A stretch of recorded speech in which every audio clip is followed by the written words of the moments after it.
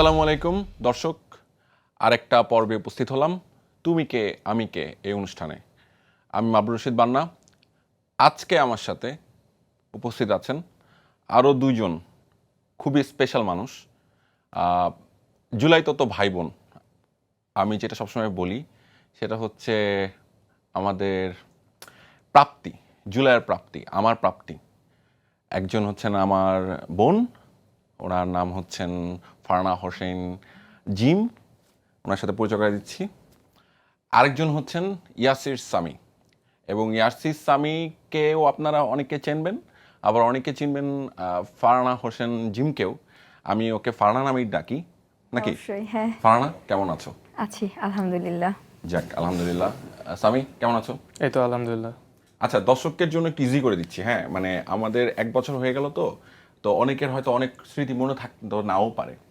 এই সেই ফারহানা যেই মেয়েটি ঢাকা ইউনিভার্সিটিতে দাঁড়িয়ে বলেছিল যে আমার বিজয়ের আগ পর্যন্ত আমাকে যেন এখান থেকে কেউ না নিয়ে যায়, যদি আমাকে মেরে ফেলুক, আমার লাশটা যেন পড়ে থাকে এখানেই। আমার বাবাকে বলে এসেছি, আমার বাবা যেন আমাকে কোনোভাবেই এখান থেকে নিয়ে না যান। ছাত্ররা যখন জিতবে তখন যেন আমার লাশটা এখান থেকে নেওয়া হয়। এরকমই তো ছিল বিষয়টা।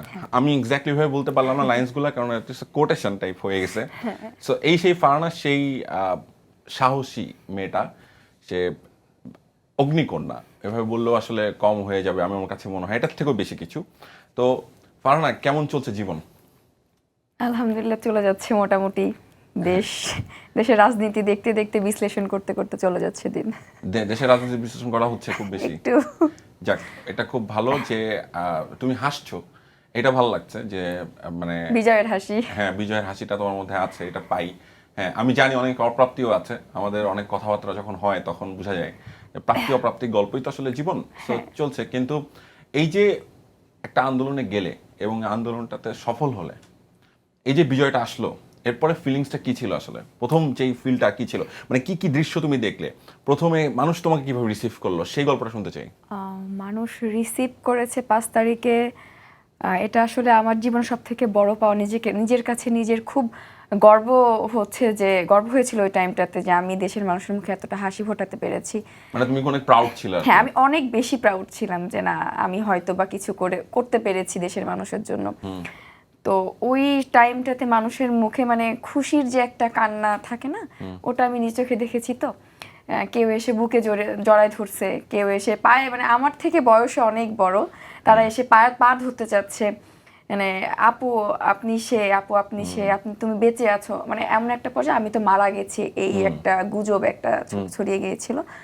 তো ওই টাইমটাতে মানে আমাকে যেই দেখেছে সে আর কি, মানে তোমাকে মেরে খুশি ফেলা হয়েছে। হয়েছে এরকম একটা গুজব গিয়েছিল হ্যাঁ, আর কি। আমার পুরা বাঙালি পুরা একদম মেরে ফেলে মিলাদ টিলাদ পড়াই ফেলছে, এমন একটা অবস্থা ছিল। তোমাকে আমি যতটুকু জানি যে তোমাকে 3রা আগস্ট গ্রেফতার করা হয়। হ্যাঁ, তো মানুষের তো আসলে ওই সময় এই টেনশন হওয়াটা স্বাভাবিক না? আমার কাছে কোনো মোবাইল ছিল না। আমি Okay. 18 তারিখে 19 তারিখ থেকে আমার কাছে কোনো মোবাইল ছিল না। আর 21 তারিখে মানে আমি কখনো মোবাইল নিয়ে বের হতাম না, একটা ছোট একটা মোবাইল নিয়ে বের হতাম অ্যাজ ইউজুয়াল। তো ওটাও যখন হারাই যাই তখন আমার তখন তো প্রত্যেকের ফোন ট্রেস করে পুলিশ, যে কে কোথায়, এমন ধরার জন্য তারা প্রত্যেকটা, এমনও আছে যে প্রত্যেকটা বাসায় বাসায় তারা রেড করে স্টুডেন্টদেরকে জেরা করেছে, ধরে নিয়ে গেছে, এমন অনেক আছে। তো আমি ওই টাইমে টোটালি ফেসবুক আইডি থেকে শুরু করে সবকিছু বন্ধ করে দেই, যে না, আমি তো ধরা দিব না, আমাকে যুদ্ধ চালায় যেতে হবে, আমাকে মাঠে থাকতে হবে। তো ওই টাইমটাতে ফোন টোন সবকিছু অফ করে দেওয়ার পরে কেউ ওইভাবে খোঁজ টোজ পায় না।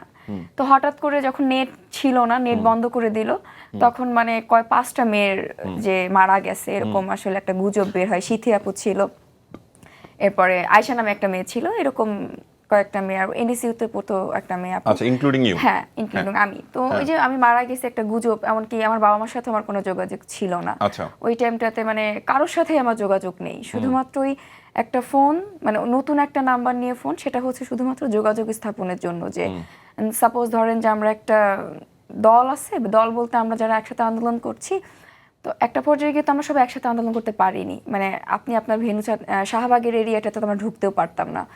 তখন আমরা মানে কিভাবে কি করব, ওইটা কানেক্ট করার জন্য যে তুমি ওইখানে থাকো আমি এখানে আছি। ওকে। তো ওই টাইমটাতে একটা গুজব ছড়াই পড়ে যে আমি হয়তো বা নেই। আমার আম্মু সত্যি সত্যি ভেবে নিয়েছে, আম্মুকে ফোন দিয়ে সবাই বলছে মেয়ে নাকি এরকম ওরকম, সবাই ভয় পেয়ে গেছে, ফ্যামিলির সাথে টোটালি যোগাযোগ বন্ধ। ওই টাইমটাতে আমি টোটালি মানে যোগাযোগ বিচ্ছিন্ন বলতে আমার কারোর সাথে কোনো যোগাযোগ নাই এমন অবস্থা। মানে আন্দোলনিক শুধু ফোকাস ছিল? হ্যাঁ, আর শুধুমাত্র আমার আন্দোলনেই ফোকাস ছিল। আমার শুধু মানে ঘুমানোর জায়গা, আমি টোটালি বাসায় কয়েকদিন পর পর যেতাম, আমার আসলে এটা মনে নাই যে রাত হয়ে গেছে। 18 তারিখের যে ঘটনাটা, 18 তারিখ রাতে শহীদ মিনার থেকে যেদিন আর কি আমরা ফিরলাম, ওদিন হচ্ছে মিছিল টিছিল শেষ করে আমরা আর বেশি দূর আগাতে পারিনি, শহীদ মিনারে আমাদের কোনো সমস্যা নেই, কিন্তু মানুষ যেভাবে রিসিভ করলো, যেভাবে কাঁদলো, রিসিভ করলো, ওই দিন মানে আমি যে বেঁচে আছি এটা ভেবেই, এটা দেখে তারা সব থেকে বেশি খুশি। তাদের জয়ের একটা মানে কারণ ছিল যে আমাকে দেখে তারা খুশি হয়েছে যে আমি বেঁচে আছি। মানে আমি যে একটা কথা বলেছি, মানে আমরা যে একটা বিপদে, পুরো বাংলাদেশ যে বিপদে, তারা তো সবাই আগায় আসতে পারছে, একটা ভেতরে একটা উৎসাহ থেকে আসতে পেরেছে, একটা সাহস পেয়েছে, একটা সাহস পেয়েছে। ফারহানাদের মতো মানুষদের কথায় তারা সাহস পেয়েছে, তারা বুঝতে পেরেছে যে আমরা আসলে বিপদে বা আমরা আসলে কতটুকু করে যাচ্ছি দেশের জন্য। তো ওইটা থেকে মানুষ খুশি হয়েছে এটা দেখে যে আমি বেঁচে আছি।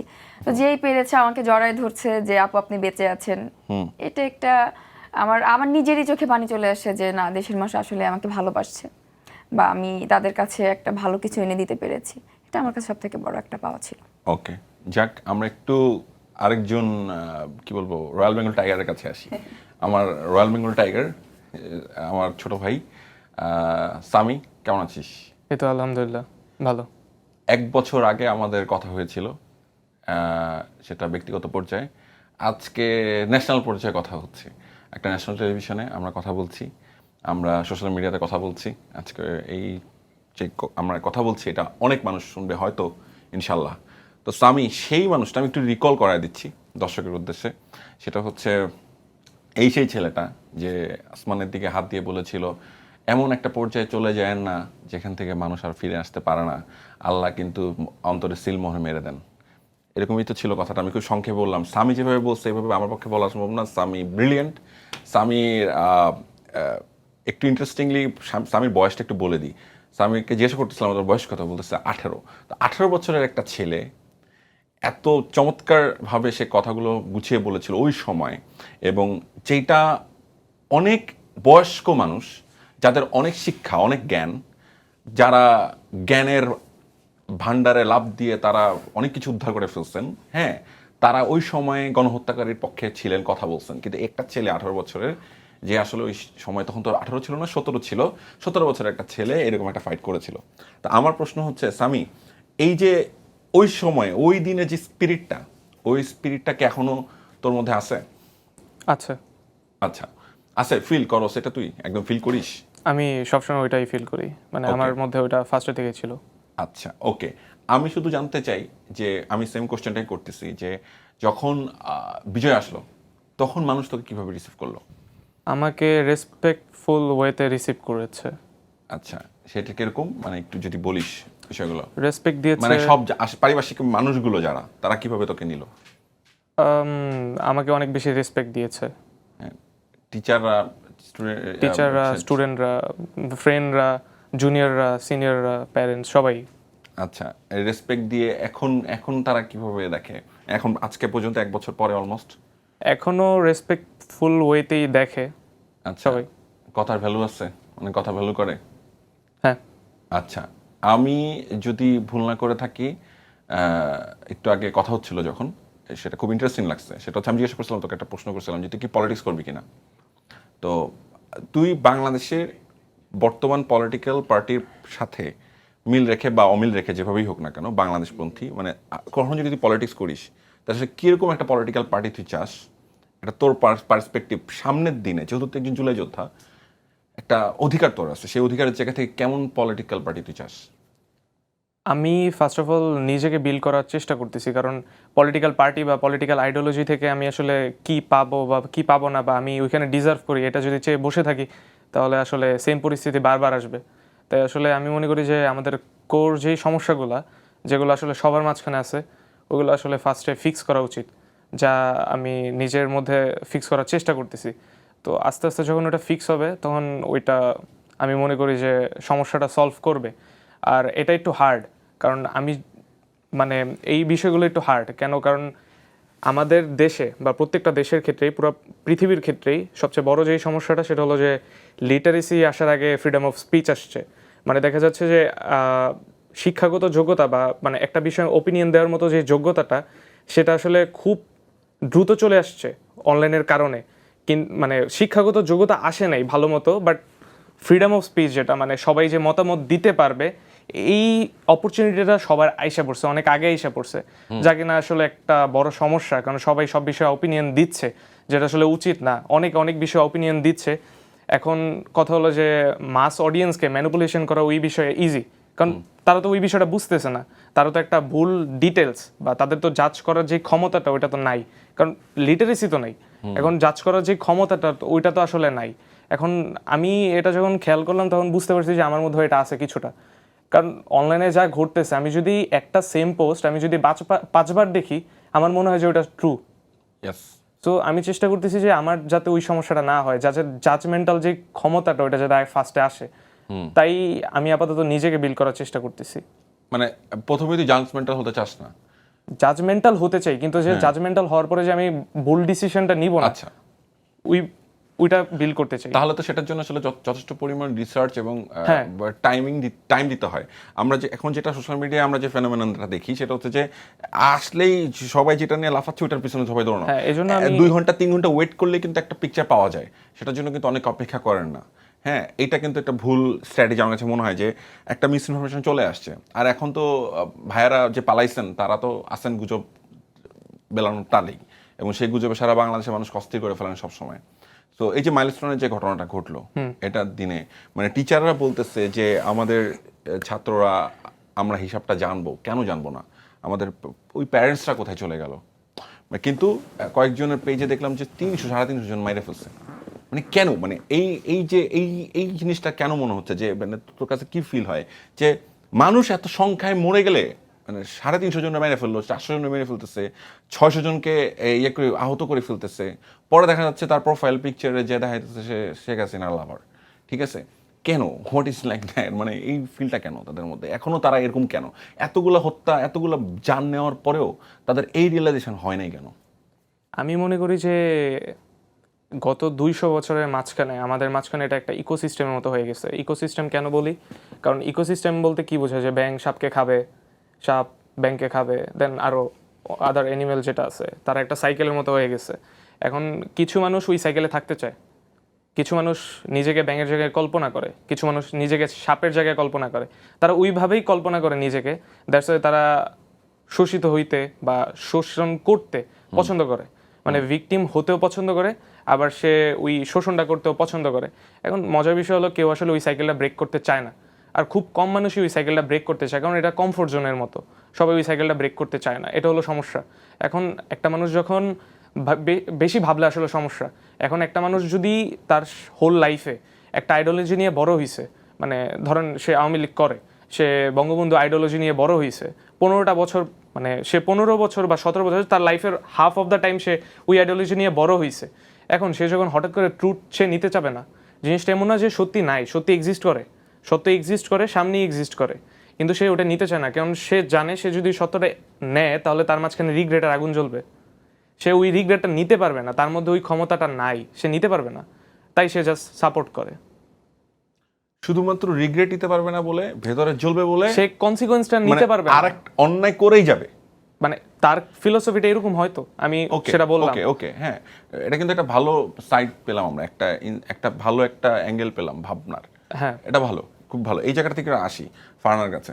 ফারহানা, 16 বছর ধরে আপনি বলতেছিলেন, তুমি বলতেছিলা যে 16 বছর ধরে ওরা আমাদেরকে পড়ালো একরকম, মানে তোমাদেরকে পড়ালো একরকম, বইয়ের মধ্যে ঢুকাই দেওয়া হলো বিভিন্ন ধরনের আইডিওলজি, মুজিববাদ অ্যান্ড এভরিথিং। ঠিক আছে, কিন্তু তোমাদের রেজাল্ট পরীক্ষার খাতায় তো তোমরা লিখলে অন্যরকম। ঠিক আছে, বিষয়টা কি বলো তো, মানে এই ফিলটা, মানে এই যে ভিতরে এইভাবে জোর করে যে কোনো আইডিওলজি, কোনো কিছু পুশ করে দেওয়া যায় না, কোনো কিছু ইন করায় দেওয়া যায় না, এবং জেনারেশন যে বোকা না, আমাদের বাচ্চারা, আমাদের ভাইয়েরা, আমাদের বোনেরা যে বোকা না, সেটা তো প্রমাণিত হলো। এই রিয়েলাইজেশনটা কিভাবে আসলো আসলে? অ্যাট ফার্স্ট হচ্ছে আমরা তো মানুষ না, তো আমাদের তো বিবেকবোধ আছে। তো আপনি আমাকে ছোটবেলা থেকে একটা মিথ্যার মধ্যে রাখবেন, আমার তো একটা না একটা বয়সে গিয়ে সত্য জানার মতো একটা ব্রেন আমার ভিতরে আছে। আপনি আমাকে মিথ্যার পর মিথ্যা শেখান, আমি নিজ চোখে দেখে যাচ্ছি, যেটা আমার নিজের চোখকে আমি বিশ্বাস করব, নিজের বিবেককে বিশ্বাস করবো না, আপনি আমাকে যেটা শিখাবেন আমি সেটা শিখবো। অবশ্যই আমার নিজের চোখ বা আমার নিজের বিবেক যেটা বলবে আমি সেটাই শিখবো। তো যখন আমি ক্লাস 1 থেকে শুরু করে বঙ্গবন্ধু, এটা আমার সব কিছুতে এমন একটা ব্যাপার আমাদের মাঝে চলে এসেছিল যে সব কিছু বঙ্গবন্ধু ইনক্লুডেড, সব কিছু A to Z। আমি কোনো চিত্রাঙ্কন প্রতিযোগিতায় গিয়েছি, ওখানে যদি সবাই অনেক সুন্দর সুন্দর ছবি এঁকেছে, কিন্তু আমি শুধু একটা বঙ্গবন্ধুর ছবি এঁকেছি, আমি কিন্তু প্রথম পুরস্কারটা পেয়ে গেছি। ব্যাপারটা কিন্তু এমন ছিল যে এতটা বাজেভাবে আমাদের ম্যানিপুলেট করেছে যে ছোটবেলা থেকে ক্লাস 1 থেকে শুরু করে আমি আমার ইন্টারমিডিয়েট পর্যন্ত বঙ্গবন্ধুর জীবনী থেকে শুরু করে সব কিছু আমার, আর আমি একটু কালচারাল অ্যাক্টিভিটিস সাথে অ্যাড ছিলাম। তো আমি প্রত্যেকটা আমার ঘরে মেবি বঙ্গবন্ধুর আত্মজীবনী 12টার বই মনে হয় 12-13টা থেকে আছে এরকম। তো আমার সামনে যখন মনে হবে যে আমি তো এখন একটা 18 বছর বয়সে একটা কবি পড়েছিলাম না, এই বয়সে আসলে কোনো কিছুর বাধা আর কি মানে না, তো আমার চোখের সামনে যখন একটা অপরাধ সংঘটিত হচ্ছে বা আমি নিজে সবকিছু অন্যায় দেখতে পাচ্ছি, সেটা যে দলেরই হোক বা যে মতেরই হোক না কেন, আমার বাবা বলতো যে আমার মানে আমি সবসময় বাবার আদর্শ নিয়ে চলি। এই যে আমার আন্দোলনের কথা থেকে শুরু করে বা A to Z সে আমাকে সব বিষয়েই উৎসাহ দিয়ে গেছে। তো এখন আমি যখন বঙ্গবন্ধুকে নিয়ে আমার কেন জানি ছোটবেলা থেকে উৎসাহ, একটা মানুষ এত কিছু কি আসলেই করতে পারে, তাকে নিয়ে যতটা হাইলাইট করেছিল স্টুডেন্ট মানে ছাত্র সমাজের কাছে যতটা হাইলাইট করেছিল, এতটা হাইলাইট হওয়ার পেছনে আসলে মূল কারণটা কি আমি খুব গভীর চিন্তা করতাম। তো একটা পর্যায়ে গিয়ে দেখলাম যে উনি আসলে যতটুকু করেছে তার থেকে 100 গুণ তার মেয়ে সেটা বাড়িয়েছে। ঠিক আছে, অনেক বাড়িয়েছে, অনেক অনেক, কিন্তু শুধু যে তার, এমনকি তার পাশাপাশি আরো কয়েকজনের নাম কিন্তু এভাবে হাইলাইট হওয়ার কথা ছিল, তাদের নাম কিন্তু এভাবে হাইলাইট হয়নি, এমনকি আমরা চিনিও না তাদেরকে। অন্য নেতারাও তো ছিলেন, অন্য নেতা, শুধু যে উনি একা দেশ স্বাধীনের পেছনে ছিলেন ব্যাপারটা কিন্তু মোটেও এমন না। উনি হয়তোবা করেছে, কিন্তু তার পাশাপাশি আরো অনেক নেতা ছিল, তা যা মানে বঙ্গবন্ধু থেকেও তাদের অবদান কিন্তু বেশি ছিল, কিন্তু এটা কিন্তু হাইলাইট হয়নি। তো আমি যখন এটা সত্যিটা জানছি বা দেখতে পাচ্ছি যে আমার দেশের বর্তমান পরিস্থিতি কি, আমার দেশের বর্তমান অর্থনৈতিক অবস্থা কি, আমার দেশের মানুষের আসলে বর্তমানে, আমরা তো হচ্ছে দরিদ্র দেশ, আমরা তো খুব উন্নত দেশ মোটেও তো এমন না। আমাদের দেশে আমাদের গরিব শ্রেণীর সংখ্যাও কিন্তু সব থেকে বেশি মনে করি আমি। তো এই মানুষগুলো গরিবই থেকে যাচ্ছে, আর যাদের আঙুল ফুলে কলা গাছ হওয়া তার আঙুল ফুলে কলা গাছ হয়েই যাচ্ছে। তো এই যে একটা ব্যাপার হতে হতে হতে হতে তখন মানে ভেতরে একটা রাজনীতিক একটা চিন্তা ভাবনা চলে আসে, রাজনৈতিক সচেতনতা আসলো। হ্যাঁ চলে আসলো। তখন মনে করলাম যে না, আর একটু ভেতরে যাওয়া উচিত। যেতে যেতে দেখলাম যে না, আমরা আসলেই আমি তো আমার জন্মের পর থেকে আওয়ামী লীগ সরকারকে, আমি যখন থেকে বুঝি তখন থেকে আমি আওয়ামী লীগ সরকারকেই দেখে যাচ্ছি। তো দেশের যতটা উন্নয়ন তাদের কাছ থেকে আশা করা যেত বা তারা করতে পারতো, তার থেকে বেশি কথা তারা টাকা মেরে চলে গেছে।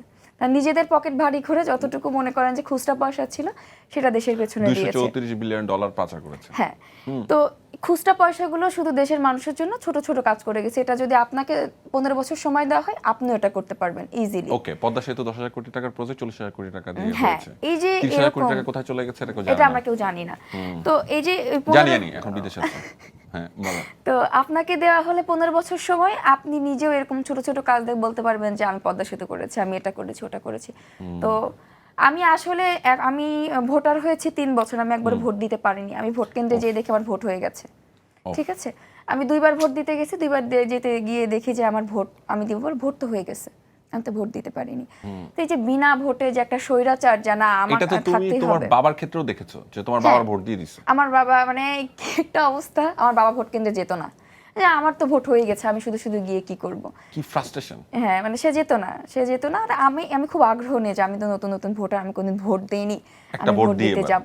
বাট গিয়ে দেখতাম যে আমার ভোট হয়ে গেছে। তো এই যে স্বৈরাচারের একটা বিষয়, উনি হচ্ছে বঙ্গবন্ধু যেমন বাকশাল তৈরি করেছিল, এরপরে হচ্ছে একনায়কতন্ত্র দেশ করতে চেয়েছিল, ওনার মেয়েও ঠিক সেমটাই করতে চেয়েছে, কিন্তু আরো খারাপ হবে। হ্যাঁ, সে চেয়েছে যে সে আমৃত্যু দেশটাকে তার রাজত্ব করবে, কিন্তু এটার জন্য যে জনগণের উপর সে অত্যাচারগুলো করেছে বা যাই জনগণের কথা বলে যে জোগাড় মানে অর্থগুলো সে নিয়েছে, এটা তো আসলে তার উচিত হয়নি। পাপ কখনো আসলে কাউকে ক্ষমা করে না, এটা আমি মনে করি। তো ওই আস্তে আস্তে থেকে সবকিছু জানা থেকে সকল 16 বছরের শিক্ষাকে মিথ্যা প্রমাণ যখন করতে পেরেছি, তখন মনে হয়েছে আমার মাঠে নামা উচিত। পুরো জেনারেশনটা যাদেরকে পড়ানো হলো একরকম, তারা ঠিক তার উল্টোটা করে দিয়ে আসলো। হ্যাঁ, পড়ানো হলো জোর করে একরকম ভাবে, মানে একজনকে ইটস লাইক আমি বলি এটা it's like a satanic religion বলি এই জন্য তো আমাদেরকে জেনারেশন জেড বলা হয়। হ্যাঁ এক্স্যাক্টলি স্যাটানিক রিলিজিয়ানকে বিট করলো generation Z. So thank you very much to generation Z and all, and যারা এটা ফাইটটা করছে, যারা ফ্রন্ট লাইনে ছিল, তাদের মধ্যে সবাইকে। এখন একটু সামির কাছে অবশ্যই sure. প্লিজ। হ্যাঁ সামি, তোমার কথা অনেক দামি। সো আমি দামি কথা তুমি অনেক সহজে বলো, এটা হচ্ছে তোমার, আমি যেটা দেখি যে তোর সবচেয়ে বড় প্লাস, তুই সবসময় দামি কথাগুলো, ওটা তো তুই হয়তো বুঝিস না যে তুই দামি বলতেছিস, কিন্তু মানুষ বোঝে, মানুষ তোকে খুব পছন্দ করে। তোর যেই এইজ, এটা আমি বলার কারণটা ছিল এটাই যে এই বয়সে একটা ছেলে এইভাবে ভাবতে পারে। তা আমাদের সিনিয়র সিটিজেন যারা আছে, যারা অনেক পড়াশোনা করেন, অনেক জ্ঞানীগুণী, তাদেরও এভাবে ভাবা উচিত বলে, দেশের কথা ভাবা উচিত বলে আমি মনে করি। সো আমার স্বামীর কাছে প্রশ্ন যে স্বামী আসলে কি করবে, মানে আগামীতে স্বামী এ দেশের জন্য কি করতে চায়? আমি ইকোসিস্টেমটা ভাঙতে চাই। যেমন একটু ডিটেল করে বলবি? আমি ফার্স্ট অফ অল যেই ওপিনিয়ন, মানুষ যে সব কিছুতে ওপিনিয়ন দেয়, সব কিছুতে না বুঝে ওপিনিয়ন দেয়, একটা জিনিসে যে ওপিনিয়ন দিয়ে ফেলে, এই জিনিসটা ফার্স্ট অফ অল ফিক্স করতে চাই। আমি এটা কিভাবে ফিক্স করবি, মানে এটা কিভাবে সম্ভব? এটার সমাধান আমি এখনো পাই নাই। আচ্ছা ওকে। কারণ এটা বিশাল বড় সমস্যা। এটা যদি ফিক্স করা যায় তাহলে আসলে অনেক কিছু ফিক্স হয়ে যাবে। তাহলে কিছু মানুষ কম কথা বলবে, কিছু মানুষ যা বলা উচিত না তা বলবে না। হ্যাঁ, এটা ফার্স্টে ফিক্স করতে চাই। আর অনেক কিছুই আছে। অ্যান্ড দেন মানুষ যে প্রশ্ন করতে চায় না, এটা আসলে বড় একটা সমস্যা। প্রশ্ন করতে চায় না, মানে যেই সরকারই আসুক না কেন, মানুষ কেন জানি এক মাস পরে তাদেরকে প্রশ্ন করতে চায় না, কেন জানি তাদেরকে সুপিরিয়র ভাবে, as like they are king or something like that. এবার কি এই গভর্নমেন্টের ক্ষেত্রে কি বিষয়টা এরকম? মানে এই এবার গভর্নমেন্টের আমার মনে হয় সবাই প্রশ্ন করে। আমার ক্ষেত্রে আমি যতটুকু বুঝলাম, এই গভর্নমেন্টের ক্ষেত্রে সবাই কেন জানি একটু রেসপেক্টফুল সুপিরিয়র ভাবে। আচ্ছা ওকে।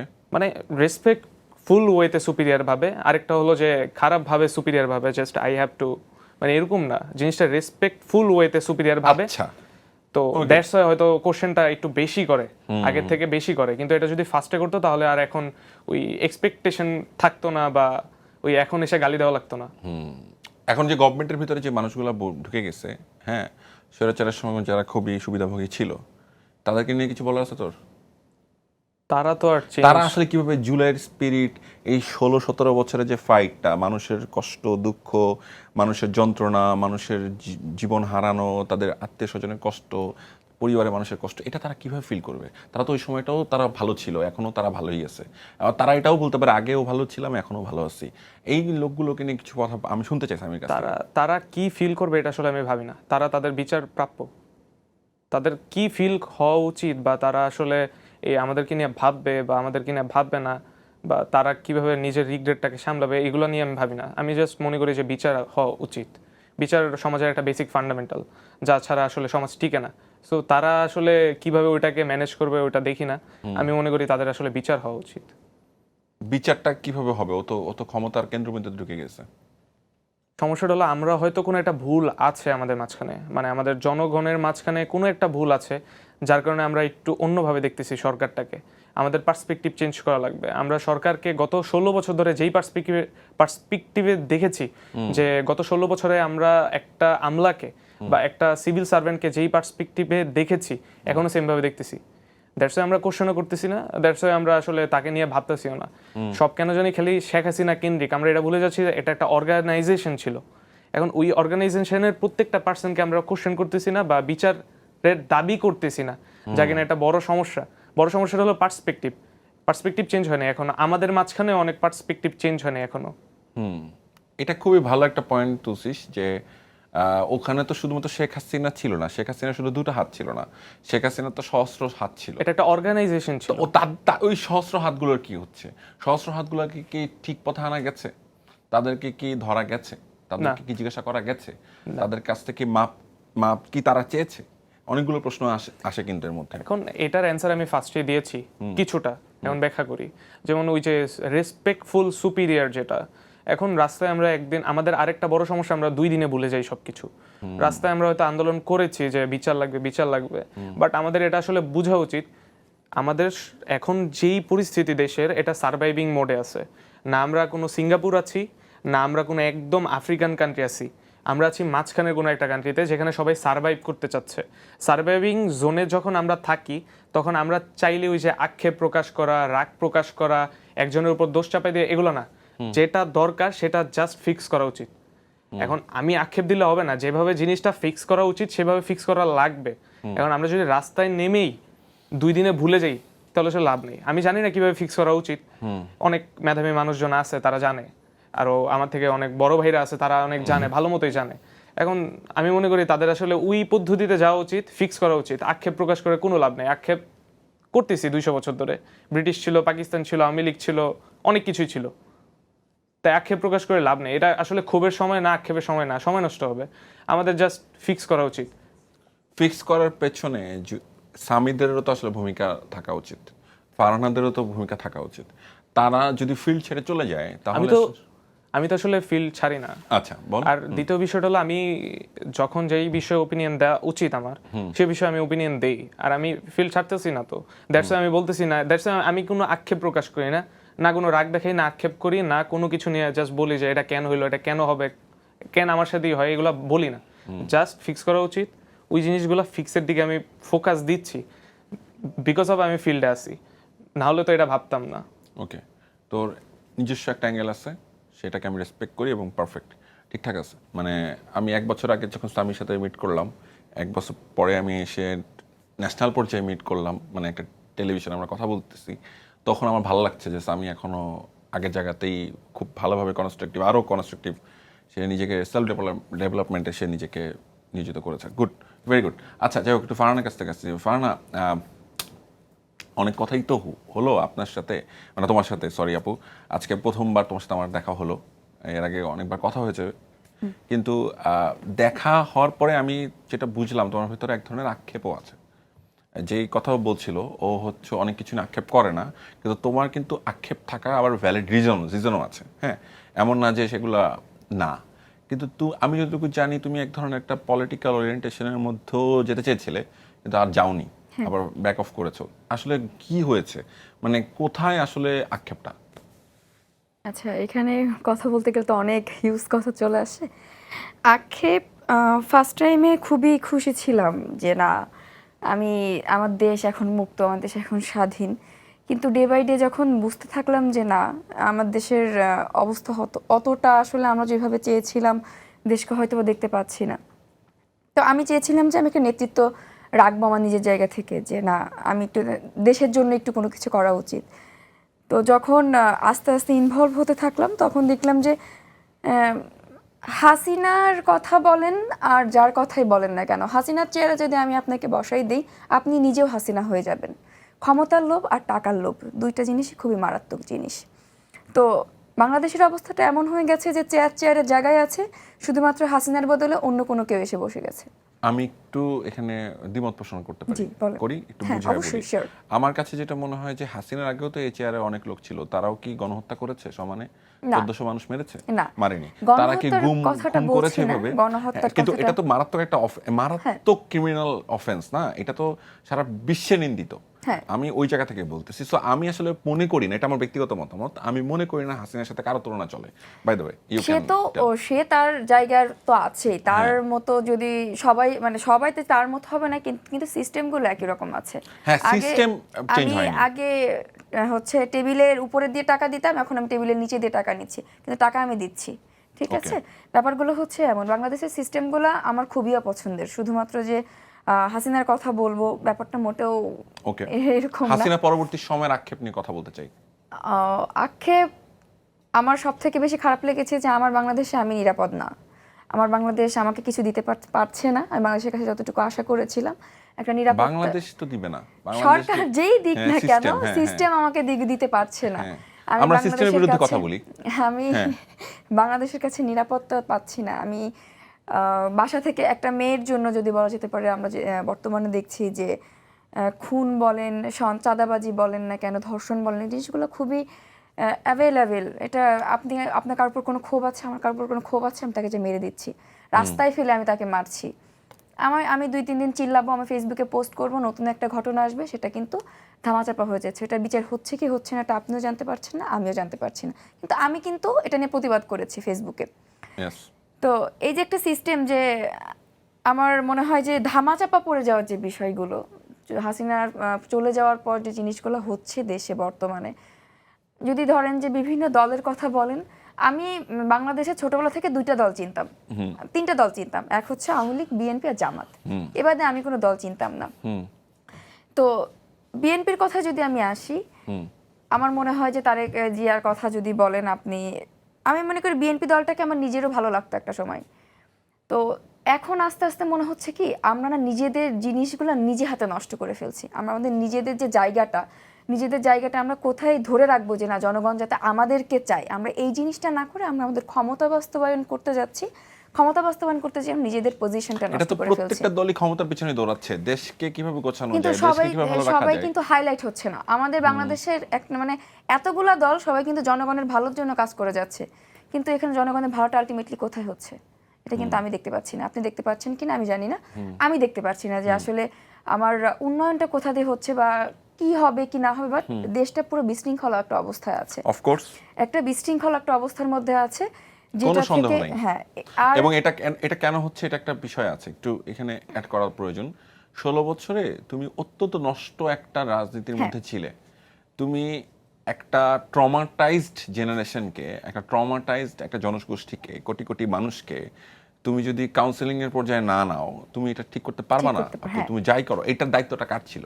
দায়িত্বটা ছিল প্রথমত যারা সরকারটা চালাচ্ছে তাদের। আমার প্রশ্ন হচ্ছে, যে কোনো একটা দলের যখন সুপ্রিম লিডার, সেটা যে কোনো দলেরই হোক, তারা তো ভালো ভালো কথা বলছে। তারা বলছে আপনারা অ্যাকশন নেন, আপনারা ধরেন, আপনারা আটকান, আপনারা আইন শৃঙ্খলা ঠিক করেন। কাদের দায়িত্ব এটা? তারা কেন করছেন না? এটা সব থেকে বড় দোষ যদি আমি কাউকে দিয়ে থাকি সেটা হচ্ছে বাংলাদেশের প্রশাসন। বাংলাদেশের প্রশাসন হাতে চুরি পরে বসে আছে, যার জন্য এই অবস্থাগুলো দেশে হচ্ছে। আমি যেখানে আমার প্রশাসনকে সব থেকে বেশি ভয় পাওয়ার কথা ছিল, সব থেকে রেসপেক্টের জায়গায় প্রশাসনকে রাখা উচিত ছিল, সেখানে আমার প্রশাসন হাতে চুরি পরে বসে আছে। আর এখানে যারা এই সুযোগটা নিচ্ছে আমাদের দেশে সব থেকে মানে দেশের সন্ত্রাসবাদ যারা আছে বা বিশৃঙ্খলাতে যারা তৈরি করছে, যারা কষ্ট দিচ্ছে, হত্যা করছে, গুম করছে, মানে কি বলে ধর্ষণ করছে, এদের যে একটা মানে প্রশাসন যদি শক্ত থাকতো না, আমার দেশে এত মানে অঘটন হতো না।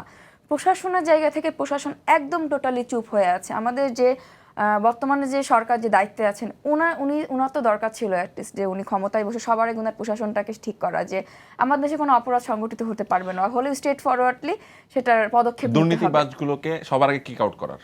হ্যাঁ, দুর্নীতিবাজগুলোকে সবার আগে ধরা উচিত ছিল বলে আমি মনে করি। যে যেখানে দুর্নীতি করবে, এমনকি কিছুদিন আগে কয়েক মাস আগে আমি দেখেছি যে স্বজনপ্রীতি আমাদের সমন্বয়কদের নামও ছিল যে আমি একে রেফার করে দিচ্ছি, বিসিএস এর মতো জায়গাতে আমি রেফার করে দিচ্ছি, আমি এখানে আমার হয়ে গেছে, এরকম কিন্তু নিউজ আপনি দেখেছেন কিনা আমি জানি না। আমাদের নাহিদ ভাইয়ের নাম ছিল, নুসরাত তাবাসসুম আপুর নাম ছিল, যে ওনারা হাইলাইট করে দিয়েছেন যে এটা আমার লোক, এনাকে জায়গা দিতে হবে। তো এই যে কিছু কিছু একটা বিষয়, তাহলে দুর্নীতিবাজরা তো দুর্নীতিবাজদের জায়গায় আছে। আপনি আওয়ামী লীগ করতেন, আপনাকে আমি জায়গা থেকে সরিয়ে দিয়েছি, কিন্তু আপনি অন্য একজনকে নিয়ে এসেন, সেও কিন্তু দুর্নীতিই করছে। দুর্নীতি যে রোধের একটা যে বিষয় করা উচিত ছিল প্রশাসনকে, তারা কিন্তু সেটা করেনি। আওয়ামী লীগকে কেউ কি সেভ করছে এমন কোনো কিছু সামনে পড়ে? অবভিয়াসলি আমি নিজে চোখে দেখা, আমি আওয়ামী লীগের মানে দুর্নীতিবাজ আওয়ামী লীগ বা একদমই খুনি টাইপের মানুষ, খুনি মার্ডারিস্ট, সব থেকে জঘন্যতামূলক, আপনার বিরুদ্ধে 200 কোটির মামলা আছে, 300 কোটির মামলা আছে, আপনি কোনো সমন্বয়কে 1 কোটি টাকা দেন, আপনার বিরুদ্ধে মামলা থাকবে না। আমার নিজের চোখে দেখা এগুলো। এই যে কিছু কিছু, এই যে একটু আগে জিজ্ঞাসা করলেন না যে সবকিছু থেকে বের হয়ে আসার রিজনগুলো এইগুলোই ছিল, যে আমি তো আন্দোলনে এসব দুর্নীতি দেখার জন্য করিনি, আমি অবশ্যই ফ্যাসিস্টের বিরুদ্ধে আন্দোলন করেছি। তো আমার সামনে যদি সেই আন্দোলনের মানে সেই একই জিনিস হয়, তাহলে তো আমার দেশের সাথে বেইমানি হবে। আমি শহীদের রক্তের উপর দাঁড়িয়ে তো বেইমানি করতে পারবো না।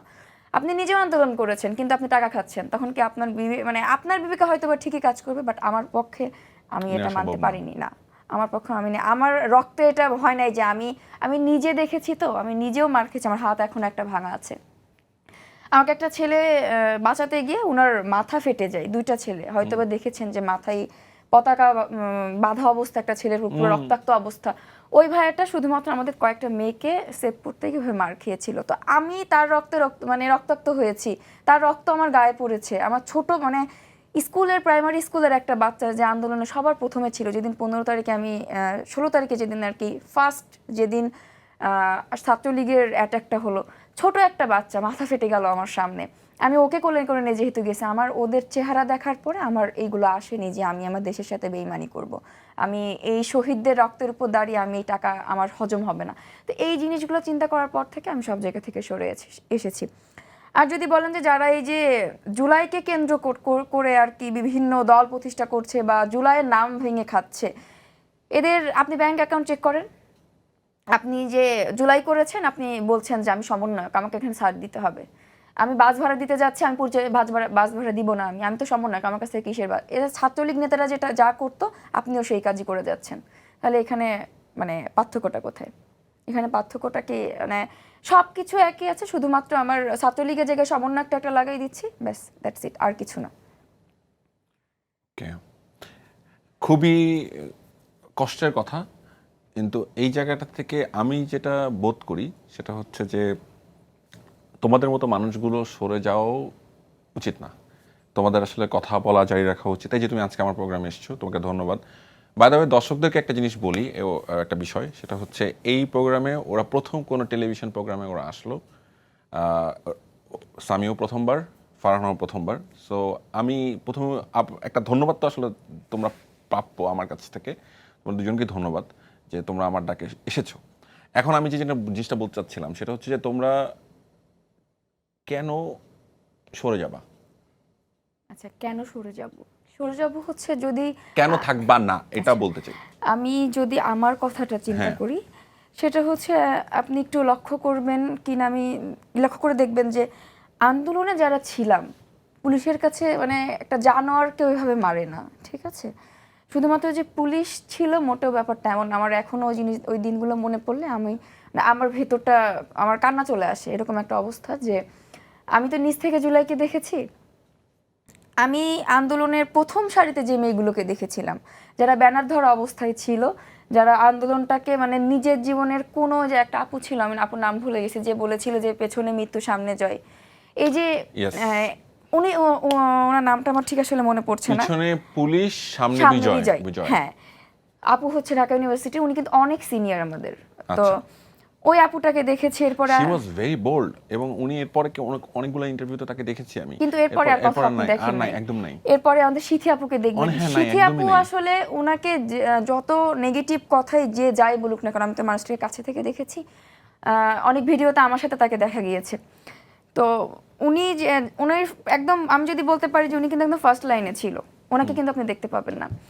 যারা আন্দোলনের একদম ফার্স্ট সারিতে ছিল, যারা আন্দোলনটাকে আসলে রাস্তায় থেকে দেখেছে, আপনি এখন কাউকে দেখতে পারবেন না। কারণ এই যে মানুষগুলা বা এই যে মেয়েগুলা এসেছিল, তারা কিন্তু মানে এত কিছু বিচার করে আসেনি। আমাদের ঢাকা ইউনিভার্সিটির কথা যদি আমি বলতে যাই, তাহলে ওরা কি করে মানে এক কেন্দ্রিক সব কিছু করে ফেলে, মানে স্বার্থপর টাইপের কিছু থাকে না, আপনি আমাকে বিপদে হেল্প করেছেন, সামি আমাকে বিপদে হেল্প করেছে, আমি বিপদ থেকে উদ্ধার হয়ে গেছে, আমি আপনাদেরকে ফেলে দিচ্ছি। ব্যাপারটা কিন্তু ওরা এইভাবে চিন্তা করে। আমাদের আন্দোলনটা কিন্তু লাস্টের দিকে কি ঢাকা ইউনিভার্সিটি কিন্তু বন্ধ হয়ে গিয়েছিল, সবাই কিন্তু চলে গেছে, হল ছেড়ে দিয়েছে। এই মুহূর্তে প্রাইভেট ইউনিভার্সিটি স্টুডেন্টরা যদি না মাঠে নামতো, আমি মনে করি যে প্রাইভেটের পোলাপান যদি রাস্তায় না নামতো, কখনো আপনি আন্দোলন সার্থক করতে পারতেন না। প্রাইভেটের পোলাপান তো কোটা আন্দোলনটাকে পুরো টার্ন করে ন্যাশনাল একটা আন্দোলনে নিয়ে গেল। এরা যদি না থাকতো, এখানে আপনি দেখেন ঢাকা ইউনিভার্সিটির কয়টি স্টুডেন্ট মারা গেছে, একটা স্টুডেন্টও কিন্তু মারা যায়নি, একটা স্টুডেন্টও কিন্তু আসলেই মারা যায়নি। কিন্তু প্রাইভেটের দিকে তাকান, আপনি সাধারণ মানুষের দিকে আপনি তাকান, ছোট বাচ্চা পর্যন্ত মারা গেছে, মাদ্রাসা ছাত্র দেখেন, মানে সবাই কিন্তু মারা গেছে। কিন্তু ঢাকা ইউনিভার্সিটির জায়গাতেই আছে। এই যে একটা মানে বৈষম্য, ওরা যে বৈষম্য বিরোধী আন্দোলনটা করলো, এখানে বৈষম্যের জায়গায় থাকলো। তাহলে আমি বুঝতে পারছি ফারহানা, এখানে তো আসলে সবার অনেকের স্টেক আছে, স্টেক প্রবাসীদের আছে, হ্যাঁ বিশাল বড় একটা স্টেক আছে এখানে, তাদেরকে রেসপেক্ট করার বিষয় আছে, তাদেরকে আমরা কি পূর্ণ মর্যাদা দিতে পারছি কিনা, সেই জায়গাটাও একটা বড় কথা হচ্ছে যে আমরা যে মাদ্রাসা ছাত্রছাত্রী যারা, বিশেষ করে টিচাররা, মাদ্রাসা ছাত্ররা, ওরা যে ফাইটটা করলো সেটাকে আমরা প্রপারলি রেসপেক্ট করতে পারলাম কিনা, প্রাইভেট ইউনিভার্সিটি ছাত্রছাত্রীদেরকে আমরা প্রপার ওরা কিন্তু প্রাইভেটের স্টুডেন্ট, কিন্তু এখন আপনি আমরা কি যখন বলেছে সবাই রাজুতে আসো, আমরা কিন্তু সবাই ছুটে গেছি, কিন্তু আপনি এখন যে তারা ডাক দিক যে সবাই রাজুতে আসো, আমার মনে হয় না হাতে গোনা খুব বেশি জন যাবে। আমার এবার ভিন্ন একটা জিনিস মনে হয়, সেটা হচ্ছে তারা ডাকলে হয়তো আসবে না, কিন্তু দেশের প্রয়োজনে আবারও যদি কেউ হ্যাঁ সব দল থেকে আসবে, নিউট্রাল কেউ ডাকে, যদি মনে করেন যে এরকম কোন আন্দোলন আসে তা দেখবেন যে সর্বস্তরের মানুষ আবার এসেছে, কিন্তু তাদের আন্দোলনে আসবে আল্লাহ না। না করুক আমাদের আর কোনোদিন কোনো গণহত্যাকারীর সাইকোপ্যাথের পাল্লায় যেন আল্লাহ আমাদেরকে না ফেলান, এই জাতিকে যেন আল্লাহ না ফেলান। সামি, এই যে হাসিনার যে রিজিম, হ্যাঁ হাসিনার সেই সময়কার হাসিনার কিছু ঘটনা, যেমন অ্যাটর্নি জেনারেলের একটা লাইন্স আমার প্রায় আমি মানে খুবই আরও শক্ট হয়ে যাই বিষয়টা শুনে, যে ওই সময় যারা আহত পুলিশের গুলিতে আহত হলেন তাদেরকে দেখতে যে উনি তাদের গায়ে এই মহিলা তাদের গায়ে থুতু ছিটিয়ে এসছেন, এবং নার্স ডাক্তার সবাইকে বলে এসছেন যে কোনোভাবেই যে তাদের চিকিৎসা করানো না হয়, হ্যাঁ তো কোনোভাবেই না। এবং সেটা কিন্তু আমি বলছি না, বলছেন অ্যাটর্নি জেনারেল। তো বাংলাদেশে অ্যাটর্নি জেনারেল কোটেশন দিলাম আমি। সো আমার কথা হচ্ছে, এবং আমরা বিভিন্ন রিপোর্টও দেখতে পাচ্ছি যে ডিরেক্ট তিনি লিথাল ওয়েপন ইউজ করতে, লিথাল মানে মারণাস্ত্র, মানে মানুষ মারার জন্য। এই ধরনের সাইকোপ্যাথদেরকে যখন ক্ষমতার একদম সবচেয়ে উপরে চলে যায়, সবচেয়ে বড় পার্সন হয়ে যায়, এই মানুষগুলোর আন্ডারে যে মানুষগুলো থাকে যারা সরাসরিভাবে তাদের কাছ থেকে সুবিধাভোগী, এদেরকে কিভাবে কাউন্সেলিং করা যায়? মানে এটা তোর কি মনে হয় যে এটা কিভাবে এদেরকে তুই মানুষ করবি? কেন এদেরকে তো তুই কোনো জায়গায় বঙ্গোপসাগরে ফালাই দিতে পারবি না, বা এদেরকে তুই অন্য কোনো দেশে পাঠাই দিতে পারতেছিস না। পালাইতেছে যদিও অনেকে, হ্যাঁ এটা আসলে লং টার্ম প্রসেস, এটা ফার্স্টে থেকে আটকাতে হবে। কারণ সরকারি আমলা যখন হয় একটা ব্যক্তি, সে যখন বিসিএস পরীক্ষা দেয়, তার ফিলোসফিটা কি থাকে? মানে আমরা সবাই জানি যে আসলে কেউ যদি বিসিএস পরীক্ষার জন্য অনেক বেশি ডেসপারেট থাকে, তার ফিলোসফি কি থাকে, সে কি জন্য যেতে চায়, কয়জনের ফিলোসফি, মানে কি জন্য যেতে চাই স্পষ্ট করে বল। ঘুষ খাওয়ার জন্য? হ্যাঁ আচ্ছা ওকে, সে একটা বল ভালো সেটা। লাইফ লিড চায়। মানে মানে তোর যদি একটা ফিল হয় সেটা তুই বল, যে হ্যাঁ শুধু দুর্নীতিই মূল টার্গেট। আমি মনে করি সবাই তো আবার দুর্নীতিবাজও না, কিন্তু দুর্নীতি যদি একটা বিশাল সংখ্যার মানুষের দুর্নীতি একটা টার্গেট থাকে। বিশাল সংখ্যক মানুষ দুর্নীতিটাকে প্রফেশনাল ওয়েতে নিয়ে গেছে, বা এটাকে প্রফেশন হিসেবে নেওয়ার চেষ্টা করছে, বা এটা প্রফেশনালিজমের সাথে যুক্ত করছে। দেখা যাচ্ছে যে আমি যখন দেখছি যে মানুষ যখন এগুলোর প্রিপারেশন নেয়, বিশেষ ক্যাডার বা অন্যান্য যে প্রশাসন আছে, প্রত্যেকটার ক্ষেত্রে তাদের ইনার মাইন্ডের মধ্যে তাদের থাকে যে আমরা তো গেলে অনেক সুযোগ সুবিধা পাবো। এটাই আসলে প্রথম সমস্যা। যেমন যখন মিলিটারিতে মানুষ পরীক্ষা দেয়, আইসিএসবি হয়, আইসিএসবির মধ্যে যেমন সাইকোলজিক্যাল টেস্ট হয়, অন্যান্যগুলোতে সাইকোলজিক্যাল টেস্ট হয় না, তাহলে হয়তো বেশিরভাগই বাদ পড়ে যেত যারা টিকছে। দুর্দান্ত। এখন সাইকোলজিক্যাল টেস্ট যদি ফার্স্টে করানো হইতো, আইসিএসবির মতো যদি 4 দিন ব্যাপী পরীক্ষাও হতো, তাহলে হয়তো আমরা বুঝতে পারতাম যে ওই একজন সরকারি আমলা, একজন পুলিশ কর্মকর্তা, দে আর নট ফিট, লং টার্মের জন্য তারা ফিট না। সো ওইটা হলো সমস্যা। ওই তারা ক্ষমতায় যাওয়ার পরে আসলে ওটা ফিক্স করা খুবই কঠিন। তা করতে হয়তো আমাদের অনেক সময় লাগবে, অনেক প্রুফ লাগবে, অনেক পাওয়ার লাগবে। এত কিছু কে দিবে? মানে ওই সময়টাতে আমরা কিভাবে পাবো? তো আমি মনে করি যে আসলে এই ফার্স্টে থেকে জিনিসটাকে কিন্তু যারা সাইকোপ্যাথের পাল্লায় পড়েছিল এবং তাদের সুবিধাভোগী ছিল, তাদের মধ্যে এখনো তো কোনো বেশিরভাগ মানে রিগ্রেট তো কারোর মধ্যে দেখি না। এদেরকে তুই কি করবি? মানে এদেরকে কিভাবে মানে লাইনে আনবি? মানুষ বানাবে কি করে? এটা মানুষ বানানোর জন্য আমি যেটা বললাম, ফার্স্টে আমরা যখন ভালো মানুষগুলোকে রিক্রুট করা শুরু করব, আমরা যখন ভালো মানুষগুলোকে রিক্রুট করা শুরু করব, তারা যখন আস্তে আস্তে জিনিসটার মধ্যে যাবে, it is like an virus. মানে একটা ভাইরাস তো অনেক স্প্রিড হয়ে গেছে, বাট আমরা যদি ভ্যাকসিনটা এত ভালো বানাইতে পারি যে পুরো ভাইরাসটাকে একবার, মানে ভাইরাসটা হয়তো 10 দিন ধরে আছে, বাট ভ্যাকসিনটা যদি পারফেক্টলি বানাইতে পারি, একবার যদি ভাইরাসে যায় ওটা কিন্তু 1 মিনিটে ওটা শেষ করতে পারে। সো আমাদেরকে আসলে ভ্যাকসিনটা মানে ওই টাইপের মানুষগুলোরে আমরা যদি রিকোয়ারমেন্ট মানে ফার্স্টেই যদি আমরা নিয়ে নেই, তখন দেখা যাবে আস্তে আস্তে তারা তো আর সারা জীবন চাকরি করতেছে না। যারা ওই টাইপের মানুষ ছিল, যারা দুর্নীতিবাজ ছিল, তারা তো আর সারা জীবন চাকরি করতেছে না। তো লং টার্মে যদি আমরা আগাই, তাহলে হয়তো এটা বিশাল সমস্যা সমাধান করা যায়। সো 1 মিনিটে অ্যান্সার দেওয়াটা সম্ভব না আসলে তাদের কিভাবে করা যায়, মানে সমস্যাটা সলভ করা যায়। কিন্তু আমি এটা জানি যে লং টার্মে যদি আমরা আগাই, তাহলে এটা সলভ করা সম্ভব। এখানে ধর্মীয় মূল্যবোধ কি একটা ভালো সলিউশন হতে পারে? প্রত্যেকটা ধর্মের যে মূল্যবোধটা, এটা যদি এভিলিউট না করে, তাহলে প্রত্যেকটাই অনেক ভালো। প্রত্যেকটা ধর্মেরই মূল্যবোধ অনেক ভালো, এভিলিউট যদি না করে, এভিলিউট বলতে ওটা যদি চেঞ্জ নেওয়া হয়ে যায়, কিছু মানে কিছু থাকে না হাইব্রিড মানুষজন যারা কিনা ওই পশ্চিমা বা ওয়েস্টার্ন কালচারের সাথে ইসলামকে মিলাইতে চায় বা হিন্দুইজমকে মিলাইতে চায় বা বুদ্ধিজমকে মিলাইতে চায়, এটা আসলে ভুল। হাইব্রিড কালচার আপনি চেতে পারেন না। এখন বাংলাদেশের ক্ষেত্রে মজার বিষয় আসলে মোস্ট অফ দ্য মুসলিম, মানে এখানে তো মেজরিটি মুসলিম, সো আমি এটা নিয়েই বলি, মোস্ট অফ দ্য ইসলামিক মাইন্ডসেটের মানুষদেরকে নিয়ে বলি, সাধারণ মুসলিম যারা একদম প্র্যাকটিসিং মুসলিম যেটা ওইটার হিসাবে না বলি, সাধারণ মুসলিমদের ক্ষেত্রে হয় কি যে আসলে সবাই ওই হাইব্রিড কালচারটাকে ফলো করে। ইসলামিক একটা ধর্মীয় মূল্যবোধ তখনই আসে যখন আপনি ওটাকে প্রপারলি মানতেছেন। এখন আপনি ধরেন সিগারেট খান কিন্তু আপনি মদ খান না, সো আপনার জন্য সিগারেট মাকরু, মদ হারাম। আপনি যে কাজটাকে করতেছেন ওইটাকে আপনি ওয়েস্টার্ন কালচার দিয়ে ক্ল্যারিফাই করতেছেন, কিন্তু যেটা করতেছেন ওটা হারাম। সো দ্যাটস এ ইসলামিক মূল্যবোধ তো নাই। যেহেতু মেজরিটি মুসলিম, আমি আবারও বলি, যেহেতু মেজরিটি মুসলিম ওই ক্ষেত্রে আমি বলতেছি, সো মূল্যবোধটা তো আসলে আমরাই এভিলিউট করাই ফেলছি। তাহলে হ্যাঁ হেল্প করবে, মূল্যবোধ হেল্প করবে, কিন্তু আসলে আমরা তো ওটা এভিলিউট করে ফেলি। ওকে, কিন্তু আমি যখন তোকে দেখলাম, জুলাইয়ের যেই সময়ে মানুষ তোকে দেখলো, যখন মানুষ তোর কথা শুনে ইন্সপায়ার হলো, সেখানে কিন্তু মহান সৃষ্টিকর্তার কথা, আল্লাহর কথা বলা হয়েছে। তুই বারবার ওই জায়গাটাতেই ফোকাস করছিলি। আমাকে তুই বলেছিলি যে ওই দিনের একটা ঘটনা, মানে 5ই আগস্ট মানে 36শে জুলাই সকালবেলার প্রিপারেশনটা কি ছিল, সেটা একটু দর্শকের উদ্দেশ্যে যদি বলিস। আমি সচরাচর খুব চিল একটা মানুষ, আমার তেমন একটা ভয় লাগে না কোনো কিছুতে। আমি যখন ফার্স্টের কয়েকদিন আন্দোলনে গিয়েছি আমার তেমন একটা ভয় লাগে নাই। ফার্স্টের 5-6 মিনিট লাগে, তারপরে আর ভয় লাগে না, মানে কোপ আপ করে ফেলে আমার মাইন্ড ওইটার সাথে। বাট ওই দিন কেন জানি মন ডাকতেছিল যে, মানে রাত্রে ঘুম হচ্ছিল না, এছাড়া আমার পারফেক্টলি সবকিছু হয়, বাট ওই দিন রাত্রে ঘুম হচ্ছিল না। তো সকালবেলা উঠে আমি জাস্ট ফজরের নামাজ পড়ে সব ভুলের জন্য, সব গুনার জন্য ক্ষমা চেয়ে নিয়েছি, কারণ আমার মনে হচ্ছিল যে মানে প্রিপেয়ার থাকা তো ভালো।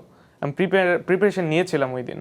সো তখন যখন আন্দোলনে যাই, দেখি যে আসলে আমার ইন্টারভিউ দেওয়ার বা ওই কথা বলার তেমন কোনো ইচ্ছা ছিল না ওই দিন। বাট আমি যখন যাই তখন দেখলাম যে আসলে এটা মানে সবাই দেখি আক্ষেপ প্রকাশ করতেছে, লাইক পুলিশ পিটাচ্ছে। এখন এটা আমরা জানি, এখন এটা যদি আমরা আসলে ক্যামেরার সামনে বলি এটা তো কোনো লাভ নেই। উই শুড থ্রেট দেম, মানে আমাদের আসলে থ্রেট দেওয়া উচিত, ওয়ার্ন করা উচিত। এখন আমরা যদি আক্ষেপ করি, রাগ দেখাই, শেখ হাসিনা ভালো না, ওই পরিস্থিতিতে দাঁড়ায় থেকে, লাইক যুদ্ধ হচ্ছে, যুদ্ধের পরিস্থিতিতে কেউ যদি দাঁড়ায় আক্ষেপ প্রকাশ করে যে আমাকে জ্ঞান গুলি মারবে, ইউ উইল বি শেষ, মানে ওটা শেষ, সে মারা যাবে, ওটা লাভ নেই কোনো। আমি দেখলাম যে 50-60টা ইন্টারভিউ নিচ্ছে মানুষের, সবাই জাস্ট আক্ষেপ প্রকাশ করতেছে। আমার মনে হয়েছে ওটা প্রয়োজন, বলা উচিত। দ্যাটস আমি গেছি, আনপ্রিপেয়ার্ড ছিলাম আমি, বাট দ্যাটস আমি গেছি।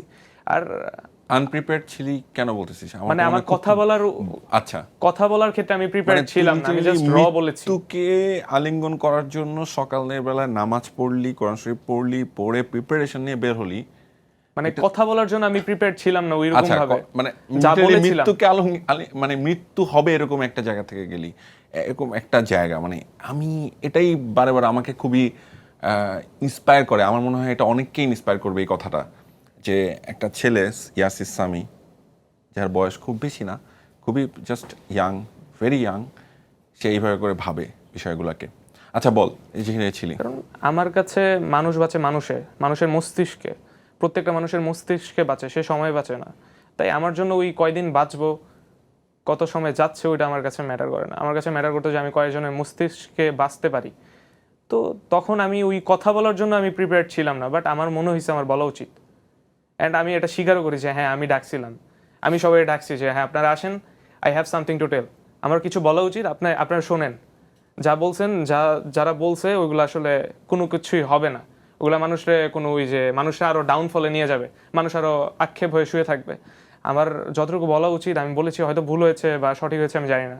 আর আল্লাহকে কেন মেনশন করছি, আমি কার ভয় দেখাবো? আর সুপিরিয়র আর কে আছে?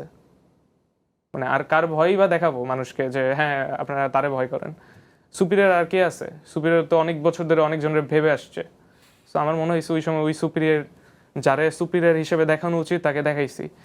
আর আমি যেই আয়নার কথাটা বলেছিলাম, এটা একটা উপমা ছিল। অনেক মানুষ হাদিসে এটা খুঁজে আমাকে গালিও দিয়েছে যে আমি হয়তো হাদিস বানাই। তাদের বোঝার স্বার্থেই বলি যে আসলে এটা উপমা ছিল। উপমা বলতে কি? আয়না বলতে আপনি মৃত্যুর আগ মুহূর্তে আপনার লাইফের মানে একটা রিভিশন হয়, আপনি লাইফের রিভিশন দেখেন, মানে আমি আমার লাইফে কি করছি ওটা দেখতেছি আবার।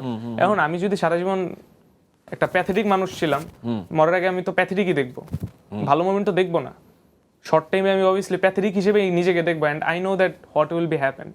মানে আমি জানি যখন আমি এই প্যাথেটিক সিন দেখছি 8 মিনিটে মরার আগে, আমি জানি যে যদি আখিরাত থাকে আমার কি অবস্থা হবে। আখিরাত অবশ্যই আছে, মানে তোর কি অবস্থা হবে এটা ভাবছিস, তখন তার কি অবস্থা হবে। মানে আয়না বলতে আমি সেই প্রতিচ্ছবি বুঝিয়েছি, রাইট। তো অনেক মানুষ ওটা হাদিসে খুঁজে হয়তো আমাকে গালি দিয়েছে যে আমি আসলে হাদিস বানিয়ে বলেছি, বাট ওই জিনিসটা এরকম ছিল না, তুই তো আল হাদিস বলিস নাই, আমি উপমা দিয়েছিলাম, তুই একটু একটা বোঝানোর জন্য হ্যাঁ উপমা দিয়েছিলাম, উপমা দিয়েছিলি। এটা আমার মনে হয় যে বাংলাদেশের বেশিরভাগ মানুষই এটা বুঝতে পারছে, কিন্তু যারা এটা নিয়ে ঘোলা করার চেষ্টা করবে তারা আসলে সেকেন্ড হাসিনাস পিপল ছিল কিছু। এগুলি শুন, এগুলো আমি আমার ব্যক্তিগত জায়গা থেকে বলি, আমি যে পরিমাণ গালাগাল খাই এখন পর্যন্ত, হ্যাঁ, এটা যদি সাধারণ কোনো মানুষকে একটু খুলে দেখাই আমার সোশ্যাল মিডিয়া, তাহলে অনেকেই মানে অজ্ঞান হয়ে যেতে পারে 2-3 দিনের জন্য যে এগুলো কী। কিন্তু এগুলো কিন্তু এখন আর আমার কাছে এগুলো বিষয় হয়ে গেছে কি একদম ইন্টারেস্টিং লাগে, খুব ফান লাগে। কে কত আর্ট করে গালি দিতে পারে এটা আমি একটু শুনি, আমি একটু শিখি, একটু বুঝি। আচ্ছা, আমি এত গালাগাল আমি ব্যক্তিগতভাবে খেয়েছি, মানে সেই হাসিনার ছেলেমেয়েদের কাছ থেকে, হ্যাঁ, খাওয়ার পর আমার যেটা মনে হলো যে আমি আসলে গালি প্রুফ হয়ে গেছি। তুমি যতই আমার গালি দাও, আমার কোনো কিছু লাগবে না। আমার কাছে মনে হয় যে এগুলো সব হইতেছে আমার জন্য মেডেল, আমার স্বীকৃতি যে আমি রাইট জায়গাতে আছি। এই প্রত্যেকটা গালি আমার কাছে এখন একটা স্বীকৃতি মনে হয়। এবং বিশ্বাস করো, আমার কোনো একদিন গালি কম আছে একটু মন খারাপ হয় এখন, যে কী ব্যাপার আজকে মেডেল কম কেন। ঠিক আছে, যাই হোক, এটা একটা জোক না, যদিও জোক না ফারহানা, এটা একদমই না, এর একদম এভাবে জিনিসটা হয়ে গেছে। মানে আমার কাছে এখন এসব সমালোচনা কোনো ম্যাটারই করে না।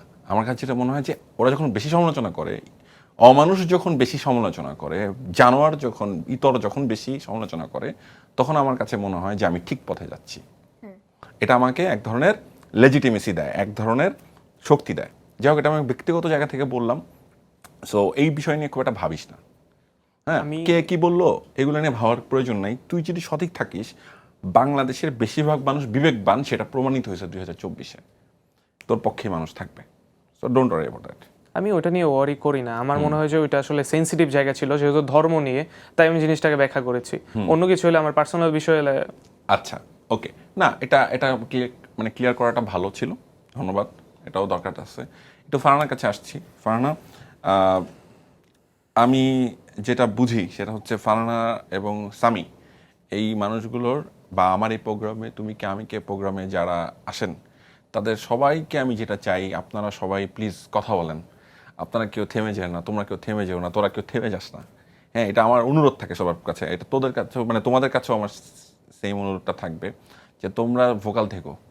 তোমাদের মতো মানুষগুলোই আসলে আমাদের ইন্সপায়ারেশন। তোমাদের মতো মানুষগুলোর জন্যই এই বাংলাদেশটা, তোমরা সিম্বল। কিন্তু আমি তোমরা দুজন বলতে সারা বাংলাদেশের এই ছেলেগুলোর কথা, মেয়েগুলোর কথা বলছি, যাদের বয়স খুব কম কিন্তু তাদের কাছ দিয়ে সাহস পেয়েছে মানুষ।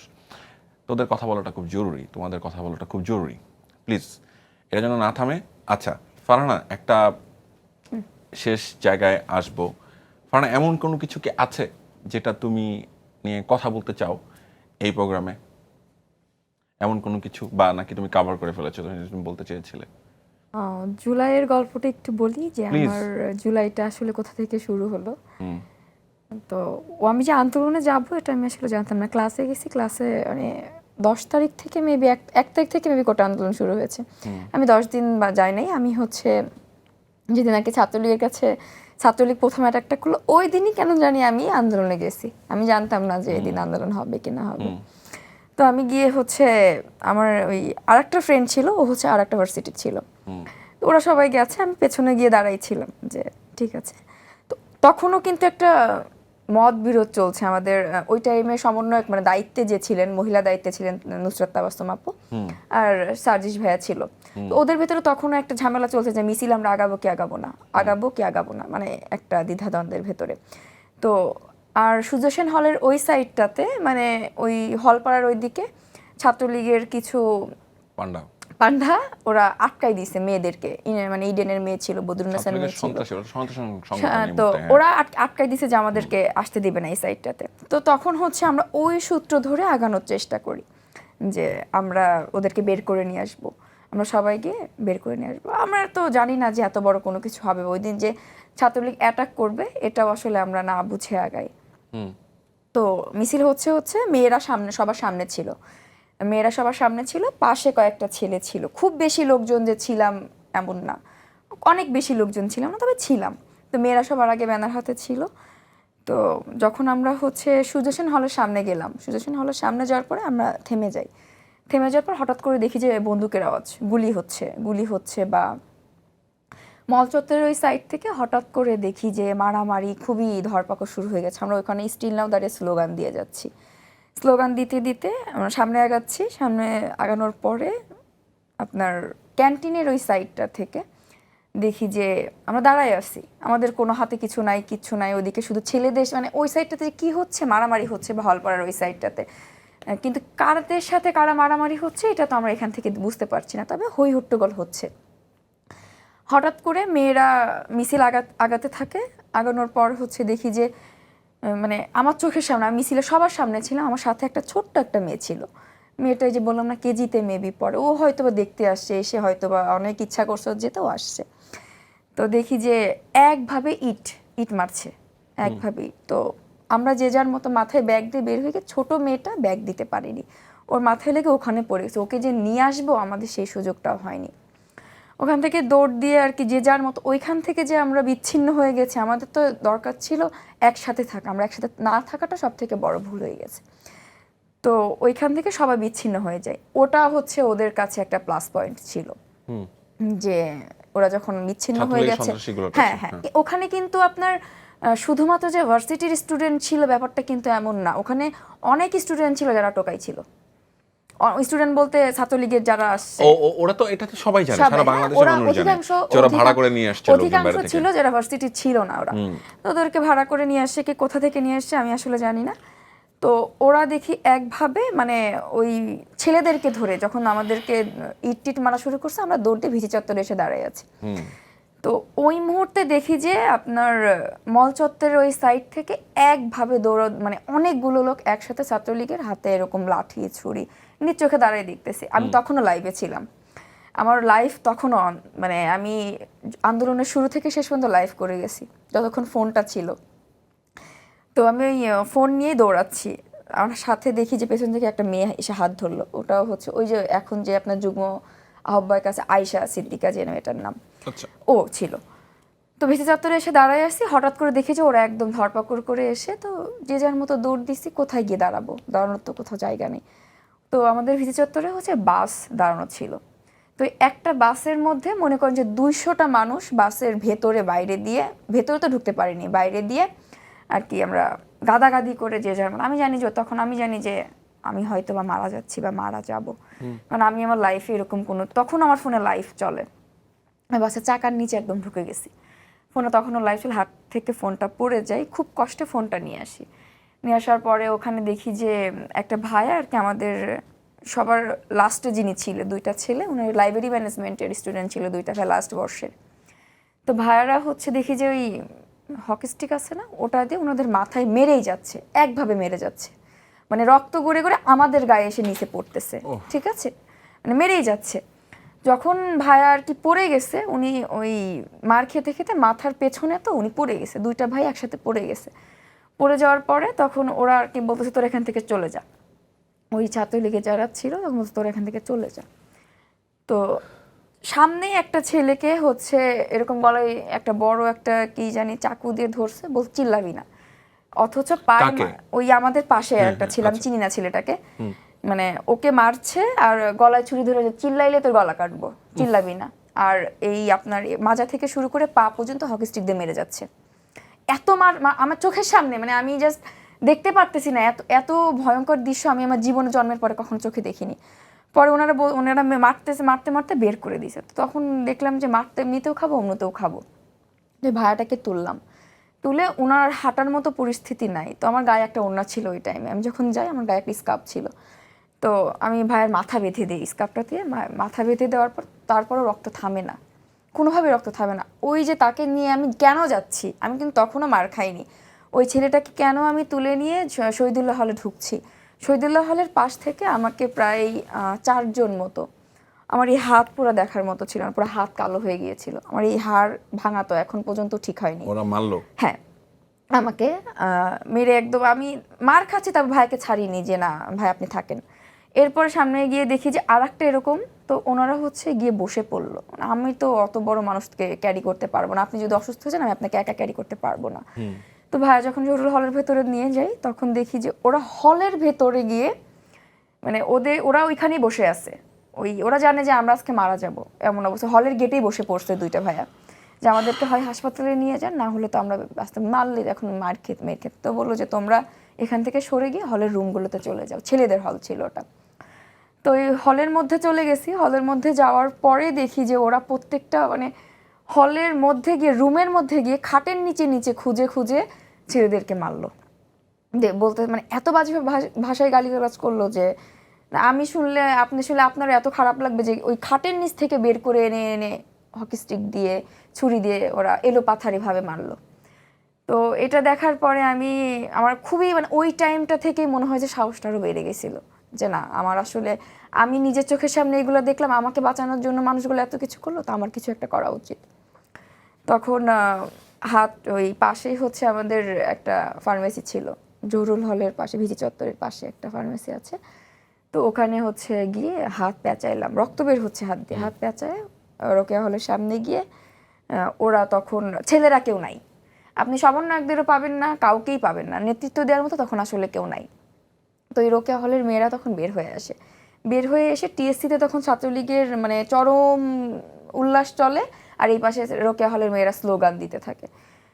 তো ওই টাইমে তো আর কোনো কিছু করার নাই, রাত হয়ে গেল, রাত হয়ে পরের দিন সকালবেলা যে স্টেপগুলো যাওয়ার পরে শহীদ মিনারে গেলাম। ওই দিন তো ছাত্রলীগ বের হয় নাই, কারণ ওরা রাত পর্যন্ত বের হয় না, ওই দিনই বিজিবি মোতায়েন করা হয়। রাতের বেলা যখন ভিসি চত্বরে সবাই ছিলাম, পুলিশ যখন ছিল তখন আর কি যে একটা ভিডিওতে দেখা যায় না সিথি আপু পুলিশকে অনেকগুলো কোশ্চেন করে, ওইটা হচ্ছে ওই শহীদ মিনারে যেদিন ছিলাম ওই দিন আর কি। তো ওই দিন আর বাসায় যেতে পারিনি, কারণ বাসায় গেলেই হচ্ছে আপনার টিএসসি পার হয়ে তো মেট্রো রেলে উঠতে হবে, বা অনেকে ছিল মেট্রো রেলের এই সাইডে, অনেকে ছিল ধানমন্ডিতে যাবে। তো নীলক্ষেতের আপনার যে মেইন যে গেট, ওই মেইন গেটেও ছাত্রলীগের অবস্থান আছে, টিএসসিতেও ছাত্রলীগের অবস্থান আছে, এখন বাসায় কিভাবে যাব। তো বাসায় যেতে পারিনি ওই দিন, পুরো রাত বাসায় যাওয়া হয় নাই। ওই টাইমটাতে বিজিবির সাথে আর কি আমাদের কথা কাটাকাটি হয়। ওই দিনও ছাত্রলীগ কোনো প্রকার কোনো অ্যাকশন নেয়নি। এভাবে আস্তে আস্তে ঢাকা ইউনিভার্সিটির মানে বন্ধ হয়ে গেল আন্দোলন। কিন্তু আমরা চালাই যাচ্ছি, আমি যেমন শাহবাগে ঢুকতে পারিনি, আমি 10 নম্বরে ছিলাম, 10 নম্বরে থাকতে পারিনি, আমি ইসিবিতে ছিলাম। ফোন টোন সব কিছু নিয়ে, একটা ফোন কয় তারিখে মেবি 21 তারিখের দিকে আমার ফোনটা নিয়ে যায়, আমার সাথে আর একটা বোন ছিল মাইশা নাম করে, তো দুজনেরই আমার 2টা ফোন নিয়ে যায়। এরপর থেকে টোটালি যোগাযোগ বন্ধ, ফোন ট্রেস হচ্ছে, এটা হচ্ছে ওটা হচ্ছে, বাসায় টেনশন, সব কিছু মিলাই মানে একটা অস্থিতিশীল একটা পরিবেশের মধ্যে পড়ে গেলাম। এরপরে আমি যাদের তাবাসসুম আপুর কথা বলেন না কেন, মানে সামনের সারি থেকে যারা ছিল এদেরকে আসলে তাবাসসুম আপু ছিল আমি হয়তো বা একবার দেখেছি, কিন্তু এই যে যারা আমাদের সমন্বয়কের চেয়ারে বসে ছিলেন বা তারা কিন্তু মাঠে থেকে আমি আন্দোলন করতে দেখেছি 2 জনকে, নাহিদ ভাইকে আর সাজিশ ভাইকে, এছাড়া আমি কাউকে মাঠে ওইভাবে দেখিনি। হাসনাত ভাইও ছিল, বাট অন্য সেক্টরের দিকে যেগুলোতে ছিল অন্য দিকে ছিল। তো আমি শহীদ মিনারে ওই দিন দেখলাম যে সবাই হতাশে মাথা হাত দিয়ে বসে আছে। কিন্তু এরা তো মানে ভার্সিটি ছুটি হওয়ার পর এরাও অনলাইনে যে আমাদেরকে নেতৃত্ব যে দেওয়া যেটা বলো এটা দিত আর কি। আসিফ ভাই অনেক করছে, আসিফ ভাইকে আমি নিজ থেকে দেখেছি যে রাস্তায় থেকে নর্মাল একটা স্টুডেন্টের মতো আন্দোলন করে গেছে।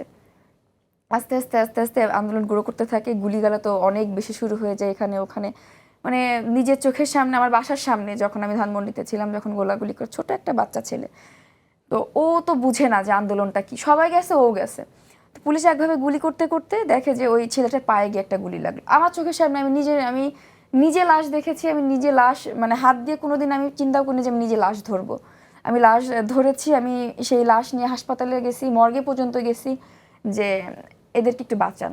এত বাজে অবস্থা ছিল, এমনকি ছাত্রলীগ এতটা নৃশংস যে ওরা হাসপাতালের মধ্যে গিয়ে, যে আমরা মানে ট্রিটমেন্ট নিতে গেছি, হাসপাতালের মধ্যে পর্যন্ত গিয়ে ওরা মারধর করছে, জিনিসপত্র ভাঙচুর করছে। ওই ওই যেদিন আর কি প্রথম অ্যাটাকটা করে। এরপরে হচ্ছে 3 তারিখে তো আমি জানি, দেশের মানুষ জানে যে আমি আর নাই, আমি মারা গেছি, কিন্তু আমি তো যোগাযোগ করে যে বলবো যে না আমি আছি, বা এরকম কোনো পরিবেশ পরিস্থিতি ছিল না। একের পর এক হুমকি, একের পর এক বাসায় পুলিশ, তখন আমি বাসায় থাকতাম না, এই মোহাম্মদপুরে ছিলাম, এই শ্রেষ্ঠাপুর কাছে ছিলাম, মানে আমার বাসা পর্যন্ত, এমনকি আমার বাবা মায়ের কাছে পর্যন্ত আন্দোলনের সময়টাতে বিভিন্ন হুমকি ধামকি, যেহেতু ওই টাইমটাতে রেলমন্ত্রী জিল্লু হাকিমের এলাকায় আর কি আমার বাবা থাকতো চাকরির জন্য আর কি। ওই টাইমটাতে বাবার উপরে, বাবা ভাইয়ের উপরে, ভাইয়ার চাকরির উপর অনেক প্রভাব পড়ছে। তো ওই একটা জায়গা থেকে, স্পৃহা থেকে, না বাবা আমি তো দেখছি রক্তর রং তো আসলে কেমন হয়, তো আমার পক্ষে আসলে এখান থেকে আর উঠে আসা সম্ভব না হয়। এরা যদি, আমি জানি এখন পর্যন্ত যদি আওয়ামী লীগ আসে তাহলে কিন্তু আমার চিহ্নটুকু খুঁজে পাবে না, এতটুকু আমি এখন পর্যন্ত কি বলবো? আমি যেটা এই বিষয়ে আমি মনে হয় একদমই খুবই কনফিডেন্ট, ইনশাল্লাহ এই দেশে এই জালিমদের আর কখনো জায়গা হবে না, মানে এখন পর্যন্ত ক্ষমতায় না, আমি মানে আমি কোনোভাবেই না, আমি ওরা ওই গেছি লুকিয়ে থাকতে হবে কোথাও, আজীবন। হ্যাঁ, আমি কোথাও গেছি আমাকে আর বলে, ফেসবুক যোদ্ধা হয়ে থাকতে হবে। আমি গেছি কোথাও, আমাকে বলে যে তুমি তো অমুক অমুক সব অমুক নেতার হচ্ছে অমুক অঞ্চলের অমুক নেতা, তোমার কথা, তোমার ছবি দেখালো, তো তোমাকে তো তারা অনেক ফলো আপে রাখে, তোমার তো অনেক অসুবিধা হবে। তখন আমার একটা উত্তর থাকে, যদি আমাকে মেরে ফেলতে চাই আমি হাসতে হাসতে মরতে পারবো, আমার কোনো সমস্যা নেই, আমি আমার দেশের মানুষের জন্য করে গেছি, আমি আছি এখন পর্যন্ত। যদি কোনো স্বৈরাচারের যদি বিরুদ্ধে যদি আমাকে আন্দোলন করতে হয় আমি আছি। তো তারা যদি আমাকে, আমার মতো একটা ফারহানা মারা গেলে 10টা ফারহানা জন্মগ্রহণ করতে বেশি সময় লাগবে না, তো তারা আমাকে মারলে মারুক, সমস্যা নেই আমার। তো এই যে বিজয়টা দেখেছি, বা এক দফার মানে এক দফা তো আগে প্ল্যান ছিল না, পরে যখন এক দফা এসেছে আমি সব মানে A to Z আন্দোলনটাকে ফোকাস করেছি, দেখেছি যে আসলে কতটুকু, মানে স্টুডেন্টরা যে শুধু একা করেছে এমন কিন্তু না, আপনার বয়সী লোক ছিল অনেক বেশি, যাদের মানে আবার আমার বাবার বয়সী লোকও ছিল অনেক বেশি, যারা কি করেছে পানি নিয়ে গেছে, খাবার নিয়ে গেছে, তাদের যে এই যে একটা মানে মায়া মমতা আন্দোলনটা আমি দেখেছি। তো এগুলো আসলে দেখার মতো ছিল। তো বিজয় তো আসলে এমনি এমনি আসে নাই, জুলাই আসলে ছিল, থাকবে, কিন্তু জুলাইয়ের নাম ভাঙায় যারা খাবে আমি আসলে তাদের পক্ষে না। আমি এই শহীদের রক্তের উপর দাঁড়ায় আমি চাই না যে কোনো প্রকার কোনো যেমন মুক্তিযুদ্ধ মানে যেমন আওয়ামী লীগ ছিল না, আমি মনে করি যে জুলাই মানেও তেমন এনসিপি না, এটা আমার কাছে নিজের মনে হয়। একদমই তোমার ব্যক্তিগত মতামতগুলো দেওয়ার জন্য ধন্যবাদ, এবং তোমার হিস্ট্রিটা শেয়ার করার জন্য ধন্যবাদ। আশা করছি যে তোমার কথাগুলোর যে অন্তর্নিহিত সত্যগুলো, অন্তর্নিহিত অর্থ যেগুলো, সেগুলো মানুষ বোঝার চেষ্টা করবেন। এবং তুমি আমাকে প্রোগ্রাম শুরুর আগে বলছিলে যে তুমি অনেক ভীতু। হ্যাঁ, এই যদি ভীতুর নমুনা হয়, এরকম কোটি কোটি ভীতু আমরা চাই আমাদের বাংলাদেশে, ঠিক আছে? আমি শুধুমাত্র স্বৈরাচার না, আমি একটু সৎ থাকার চেষ্টা করি সব জায়গায়। Very good. তো আমার মনে হয় যে অসৎ যে বা অসত্যি যেখানেই যেটা বলুক না কেন, আমি সবসময় এরকম আছি। কোটি কোটি ভীতু ফারানাকে আমরা চাই, যারা সৎ থাকার চেষ্টা করে এবং সবসময় সৎ কথা বলে, সুন্দর কথা বলে, এবং রাইট কাজটাই করার চেষ্টা করে, মানুষের পক্ষে থাকার চেষ্টা করে। Thank you very much. একটু স্বামীর কাছে আসি। স্বামী, সেম কোশ্চেন যেটা আমি ফারহানাকে করেছিলাম, সেটা হচ্ছে যে এমন কিছু কি আছে যেটা তুই বলতে চাস, যেটা তোর নিজের কথা, এটা বলা প্রয়োজন তুই মনে করিস? আমার মতে এখন আমাদের আসলে ফিউচার বিল্ডের দিকে বেশি সময় দেওয়া উচিত, কারণ জুলাই এর স্পিরিট তো আছে, বাট ওই অতীত নিয়ে যদি এখনও পড়ে থাকি আসলে এটা আমাদের জন্য খুব হার্ড, কারণ আমরা সার্ভাইভিং জোনে আছি। তো আমরা যদি বেশি সময় নষ্ট করি তাহলে সমস্যা। তো আমাদের আসলে সবার ওই ফিউচার ভিত্তিক ভাবনা করা উচিত, যে আসলে কোন কোন জিনিসগুলো ফিক্স করা উচিত। এখন আমরা জানি যে আসলে কোন কোন জিনিসগুলো ফিক্স করা উচিত, মোটামুটি সবাই জানে আসলে কোন কোন জিনিসগুলো ফিক্স করা উচিত, কিন্তু আসলে কেউই জানে না, কারণ সমস্যাগুলো আসলে আমাদের সবার মাঝে। আমরা সবসময় খালি ভালো শাসক খুঁজি, কিন্তু আমরা কখনো বুঝতে চাই না যে আসলে কিভাবে জনগণ হতে হয়। আইদার আমরা শোষিত হই অথবা আন্দোলন করি, বাট আমরা জানি না কিভাবে লং টার্ম ভালো জনগণ হইতে হয়। সবাই এথিক্সের কথা শোনায় লিডারকে, কিন্তু সবাই আসলে ওই পার্সোনাল এথিক্সের দিকে আমি তো দেখিনি কাউকে ফোকাস দিতে। এটা আসলে অনেক বড় একটা সমস্যা। আইদার আমরা শোষিত হই অথবা আন্দোলন করি, আমরা লং টার্ম কিছু ভাবি না। আমাদের আসলে লং টার্ম ভাবা উচিত। অফকোর্স আমাদের একটু লং টার্ম ভাবা উচিত এবং ফিউচারের দিকে তাকানো উচিত, প্রেজেন্টটাকে সুন্দর করা উচিত, সেদিকে আমাদের বেশি আরেকটা কথা হচ্ছে প্লিজ। যে আমার কাছে মনে হয় যে যে দলই ক্ষমতায় আসুক না কেন অ্যাটলিস্ট তাদের জনগণের জন্য কিছু করা উচিত। মানে আমি মনে করি যে দেশের জনগণই যদি না থাকে তাহলে আমি কাকে শাসক বানাবো বা কে আমাকে শাসন করবে? আমার জনগণ যদি 3 বেলার জায়গায় 3 বেলা ডাল ভাত না খেতে পারে, অ্যাটলিস্ট এতটুকু ইনশিওর করা উচিত যে আমার দেশের মানুষ যেন একটু খেয়ে পরে বাঁচতে পারে। আমি এটা ভাবি না। হ্যাঁ, আমি মনে করি না আসলে তার উচিত, আমি মনে করি এটা তার করতে হবে। এটা তা করতে হবে। তাকে এটা করতে হবে, এই স্বচ্ছতা থাকতে হবে, তাকে এটা করতে হবে, ভালো করে রাখতে হবে। এমন না যে আমরা ভালো থাকবো, বেঁচে পড়ে খাবো, এরকম না। তাকে রাখতে হবে। টাকা দিচ্ছি না, ট্যাক্স দিচ্ছি, চুরি হচ্ছে, ওটা তো কেউ আনতেছে না, বিচার তো হচ্ছে না। এখন যদি আমাদেরকে খালি বলে আমাদের অর্থনৈতিক অবস্থা খারাপ, ওটা তো বিচারের সাথেও কানেক্টেড। সেই চুরি হওয়া টাকা তো আনা হয় নাই, সেই চুরি হওয়ার টাকা আর যারা চুরি করছে তাদেরকেও ধরা, সেটা আইনের আওতায় পড়ে। আমি তো বললাম বিচার, ওই অর্থনৈতিক বিষয়গুলো আসলে বিচারের সাথেও অনেকটা কানেক্টেড। আমরা বলতেছি আমাদের অর্থনৈতিক মন্দা চলতেছে, কিন্তু আমরা তো আসলে বিচার করতেছি না, তাই আসলে অর্থনৈতিক মন্দা চলতেছে। আমরা সারা জীবন ভেবে আসছি যে সরকার এটা প্রোভাইড করবে, করলে ভালো হয়। এখানে আসলে করলে ভালো হয় বা করতে হবে, এটা কর্তব্য এরকম না, তাকে করতে হবে। ঠিক। আর মেইন যে জিনিসটা সেটা হচ্ছে যে আমার আমার নিজের কনসেপ্ট থেকে যেটা আসে, দেশের মানুষের জন্য যদি আপনি করতে যান সেটার জন্য আপনাকে নেতা হতে হবে না। দেশের জনগণের জন্য কিছু করতে গেলে আপনি আপনার জায়গা থেকে করতে পারবেন। আমি নেতা হব, আমার কাছে ক্ষমতা আসবে, দেন আমি দেশের মানুষের সেবা করব, ব্যাপারগুলো আসলে একটু অন্যরকম হয়। তোমরা তো নেতা হয়ে রাস্তায় নামো নাই। এটাই, আর দেশের মানুষের জন্য কিছু করতে গেলে আবার অবশ্যই নেতা হতে যে হয় না। ছেলেটা প্রোফাইল পিকচার লাল করেছিল তার এলাকার সব আওয়ামী লীগের লোকজন দিয়ে ভর্তি। প্রচন্ড থ্রেটের ভিতরেও যেই ছেলেটা বা যেই মেয়েটা, যেই বাবাটা, যেই মাটা প্রোফাইল পিকচারটা অন্তত লাল করেছিল, সেটা অনেক বড় স্টেটমেন্ট ছিল ওই সময়, ছিল না? ওটা কি কোনো অংশে কম ছিল? কোনো অংশে কম ইয়া ছিল? তার আশেপাশে সব লোকজন হচ্ছে রাক্ষস কক্ষস, তাদের মাঝখানে বসে এই যে ফাইটটা করে যাওয়া, কতগুলো অনলাইন অ্যাক্টিভিস্ট তারা দেশের বাইরে তাদের ফ্যামিলিকে নিয়ে, তাদের ফ্যামিলিকে রেখে চলে যেতে হলো, বাবাকে দাফন করতে পারলো না, বাবা মৃত্যুবরণ করলো, মা মৃত্যুবরণ করলো, এই যে স্যাক্রিফাইসগুলো হলো, অনেক অনলাইন অ্যাক্টিভিস্ট যারা দেশের বাইরে থেকে ফাইটগুলো করে গেল, তাদেরকেও আমাদের মনে রাখতে হবে, তাদেরকেও কথা বলতে হবে, তাদেরকেও আমাদেরকে রেসপেক্ট দিতে হবে, কারণ তারাই এই বিপ্লবের আগুনটা, তারাই এই স্বাধীনতার আগুনটা চালিয়ে রেখেছিল। সবার উচিত ছিল যে আমাদের যে শহীদ পরিবার, অনেকগুলো ইন্টারভিউতে দেখলাম যে আমাদের যে বর্তমান উপদেষ্টা, সরি যে এনসিপির কথাই বলবো, এনসিপি দলটা আসলে আমার বলতে ভালো লাগে না, তো ওদের তো আসলে নাম ধরে বলা যায় না এইভাবে। এমন অনেক যা দেখলাম যে শহীদের পরিবারের কাছে গেছে, একটা সন্তান মানুষ করতে কতটুকু কষ্ট করে বাবা মা করে এটা আসলে এখন বুঝতে পারি আসলে। তো একটা সন্তান মানুষ করতে অনেক কষ্ট হয়, সন্তান অনেক শখের হয় হয়তো। একটা সন্তান মারা গেলে বাবা মায়ের ভেতরে কি হয় এটা আপনিও বুঝবেন না, এটা আমিও বুঝবেন না, যতদিন না পর্যন্ত আমাদের এরকম কোনো পরিস্থিতি আসবে। তো একটা বাবা মা সন্তান হারা হয়েছে, শহীদের পরিবারের কাছে আমাদের দরকার ছিল কি তাদেরকে কোনো না কোনোভাবে তাদের একটা সাপোর্ট দেওয়া। আমরা করেছি কি, আমরা আমাদের রাজনৈতিক কর্মকাণ্ড বা রাজনৈতিক দলকে হাইলাইট করার জন্য আমি ঠিকই তার কাছে গিয়েছি, ক্যামেরা 3-4টা ধরেছি, 3-4টা ধরে আমি তাদেরকে বুঝিয়েছি যে না আমি এখানে আছি।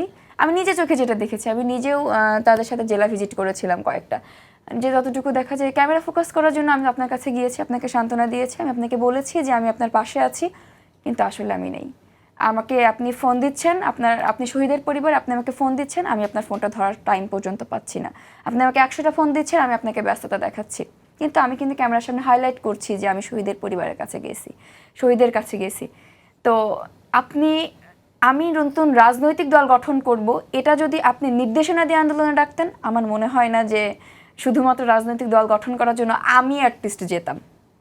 আচ্ছা, সেটা ফারহানা অনেক বড় ডিসকাশনের মধ্যে আমরা ঢুকে যাব। আমরা অনেক যদি সৃষ্টিকর্তা চান, আল্লাহ রাব্বুল আলামিন চান, অন্য কোনো দিন হয়তো আমরা এই বিষয় নিয়ে অনেক ডিটেইলে আলাপ করতে পারবো। সেই প্রসঙ্গটা আজকে অবশ্য তুমি অনেক কিছুই বলেছো, কিন্তু অলরেডি অনেকগুলো অ্যাঙ্গেল তুমি অলরেডি নিয়ে এসছো, সেটার জন্য ধন্যবাদ। আমি সামিকে দিয়ে শেষ করতে চাচ্ছিলাম। তো সামি, আর কিছু বলার আছে যেটা তুমি আসলেই বলতে চাও? মানে আমার কাছে মনে হয় আমি তোমার কাছে আসলে বিষয়টা এরকম যে তোমার উপর ক্যামেরা ধরে রাখা উচিত, মানে আধা ঘন্টা যে তুমি কথা বললাম না শুনি। আমি জাস্ট সিম্পলি একটা কথাই বলবো, যে যেই ইকোসিস্টেমটা ক্রিয়েট হয়েছে, সাপ ব্যাংকে খাবে, ওইটা বন্ধ করতে হবে সবার আগে। Don't be that frog. আপনি don't be হয়তো that ফ্রগ frog. ছিলেন, আপনি মারা গেছেন, আপনার ছেলে ফ্রগ ছিল। ওই জেনারেশনাল ওয়াইজ যেই আইডিওলজি যেটা জেনারেশনাল ওয়াইজ যে আইডিওলজি যে আমরা পুশ করে দিচ্ছি, ওইটা সেই আসলে জায়গা থেকে করা বেরিয়ে যাবে আসতে না। হবে। সেটা এটা ভাঙতে হবে। আর যেটা আমরা 16 বছর যেইভাবে চিন্তা করছি, নতুনভাবে জিনিসটাকে পার্সপেক্টিভ, ফার্স্ট অফ অল আমাদের সবার পার্সপেক্টিভটা এভাবে চেঞ্জ করা লাগবে। আর আমরা শুধু যদি ভাবি যে আমরা ভালো লিডার পেয়ে যাব, এটা আসলে ভুল। আমরা যদি কোনো একটা পলিটিক্যাল আইডিওলজি, পলিটিক্যাল ওই পার্টি বা কোনো একটা নেতা বা কোনো কারো প্রতি ওই রিলাই করি, তাহলে আসলে ভুল হবে। এটা বিশাল বড় ভুল হবে। আমরা আসলে লং টার্মে কেউ চাই না। সবাই কেন জানি জাস্ট রেজাল্ট চায়, জাস্ট রেজাল্ট, বাট টাইম নিতে চায় না। এখন কথা হলো যে আমাদেরকে টাইম নিতে হবে। টাইম নিয়ে ফার্স্ট অফ অল আমাদেরকে ফিক্স করতে হবে। আমাদেরকে বুঝতে হবে যে সরকার আমাদের ওই প্রোভাইড কর্তা না, তাদেরকে আমরা বসাইছি, তারা একটা কমিউনিকেটর, তারা আমাদেরকে দিতে হবে। তারা কোনো প্রোভাইডার না, তারা কোনো গড না, তারা কোনো সুপিরিয়ার না, তাদেরকে দিতে হবে। এইভাবে স্বচ্ছতা রাখলে তাদেরকে আমরা সুপিরিয়ার ভাববো না। আর সুপিরিয়ার না ভাবলে আমরা তাদের পক্ষেও কথা বলবো না, বিপক্ষেও কথা বলবো না, আমরা শুধুমাত্র নিজের রাইট নিয়ে কথা বলবো। Brilliant, brilliant, truly brilliant. আমি শেষ করছি প্রোগ্রামটা।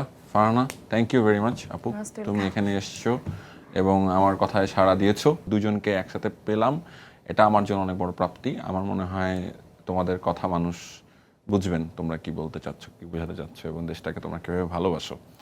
আর সবচেয়ে জরুরি বিষয় সেটা হচ্ছে আমি যেটা দিয়ে এই প্রোগ্রামটা তুমি কে আমি কে করার অন্যতম কারণ, যেটা একটা ভেতরের কারণ, সেটা অন্তর্নিহিত কারণ, সেটার হচ্ছে এই যে জুলাই যোদ্ধা যারা ফ্রন্টলাইনার ছিল বা আনসাং হিরোজ, যাদেরকে আমরা হয়তো অনেককে চিনি না, কিন্তু তারা জুলাই যোদ্ধা, তাদেরকে যে আনলাম, তারা যে কি পরিমাণ সচেতন এবং তারা যে কি পরিমাণ বোঝেন, দেশকে ভালোবাসেন এবং রাইট কাজটা এখনও করার জন্য তারা স্ট্যান্ড বাই, এইটা আসলে মানুষের সামনে একটু দেখানো, বোঝানো যে তারা কিন্তু ঘুমিয়ে যান নাই, তারা কিন্তু ঘুমানোর জন্য আসেন নাই, তারা একটা প্রাউড, একটা রেভুলেশনের অংশ, একটা প্রাউড মোমেন্টের অংশ ছিল তারা, এবং তারা এখনও সেই প্রাইডটা নিয়ে বেঁচে আছে। তারা এখনও ভিতরের মধ্যে সেই দেশপ্রেমের আগুনটা বা দেশপ্রেমের ফুলটা ভেতরে রাখে।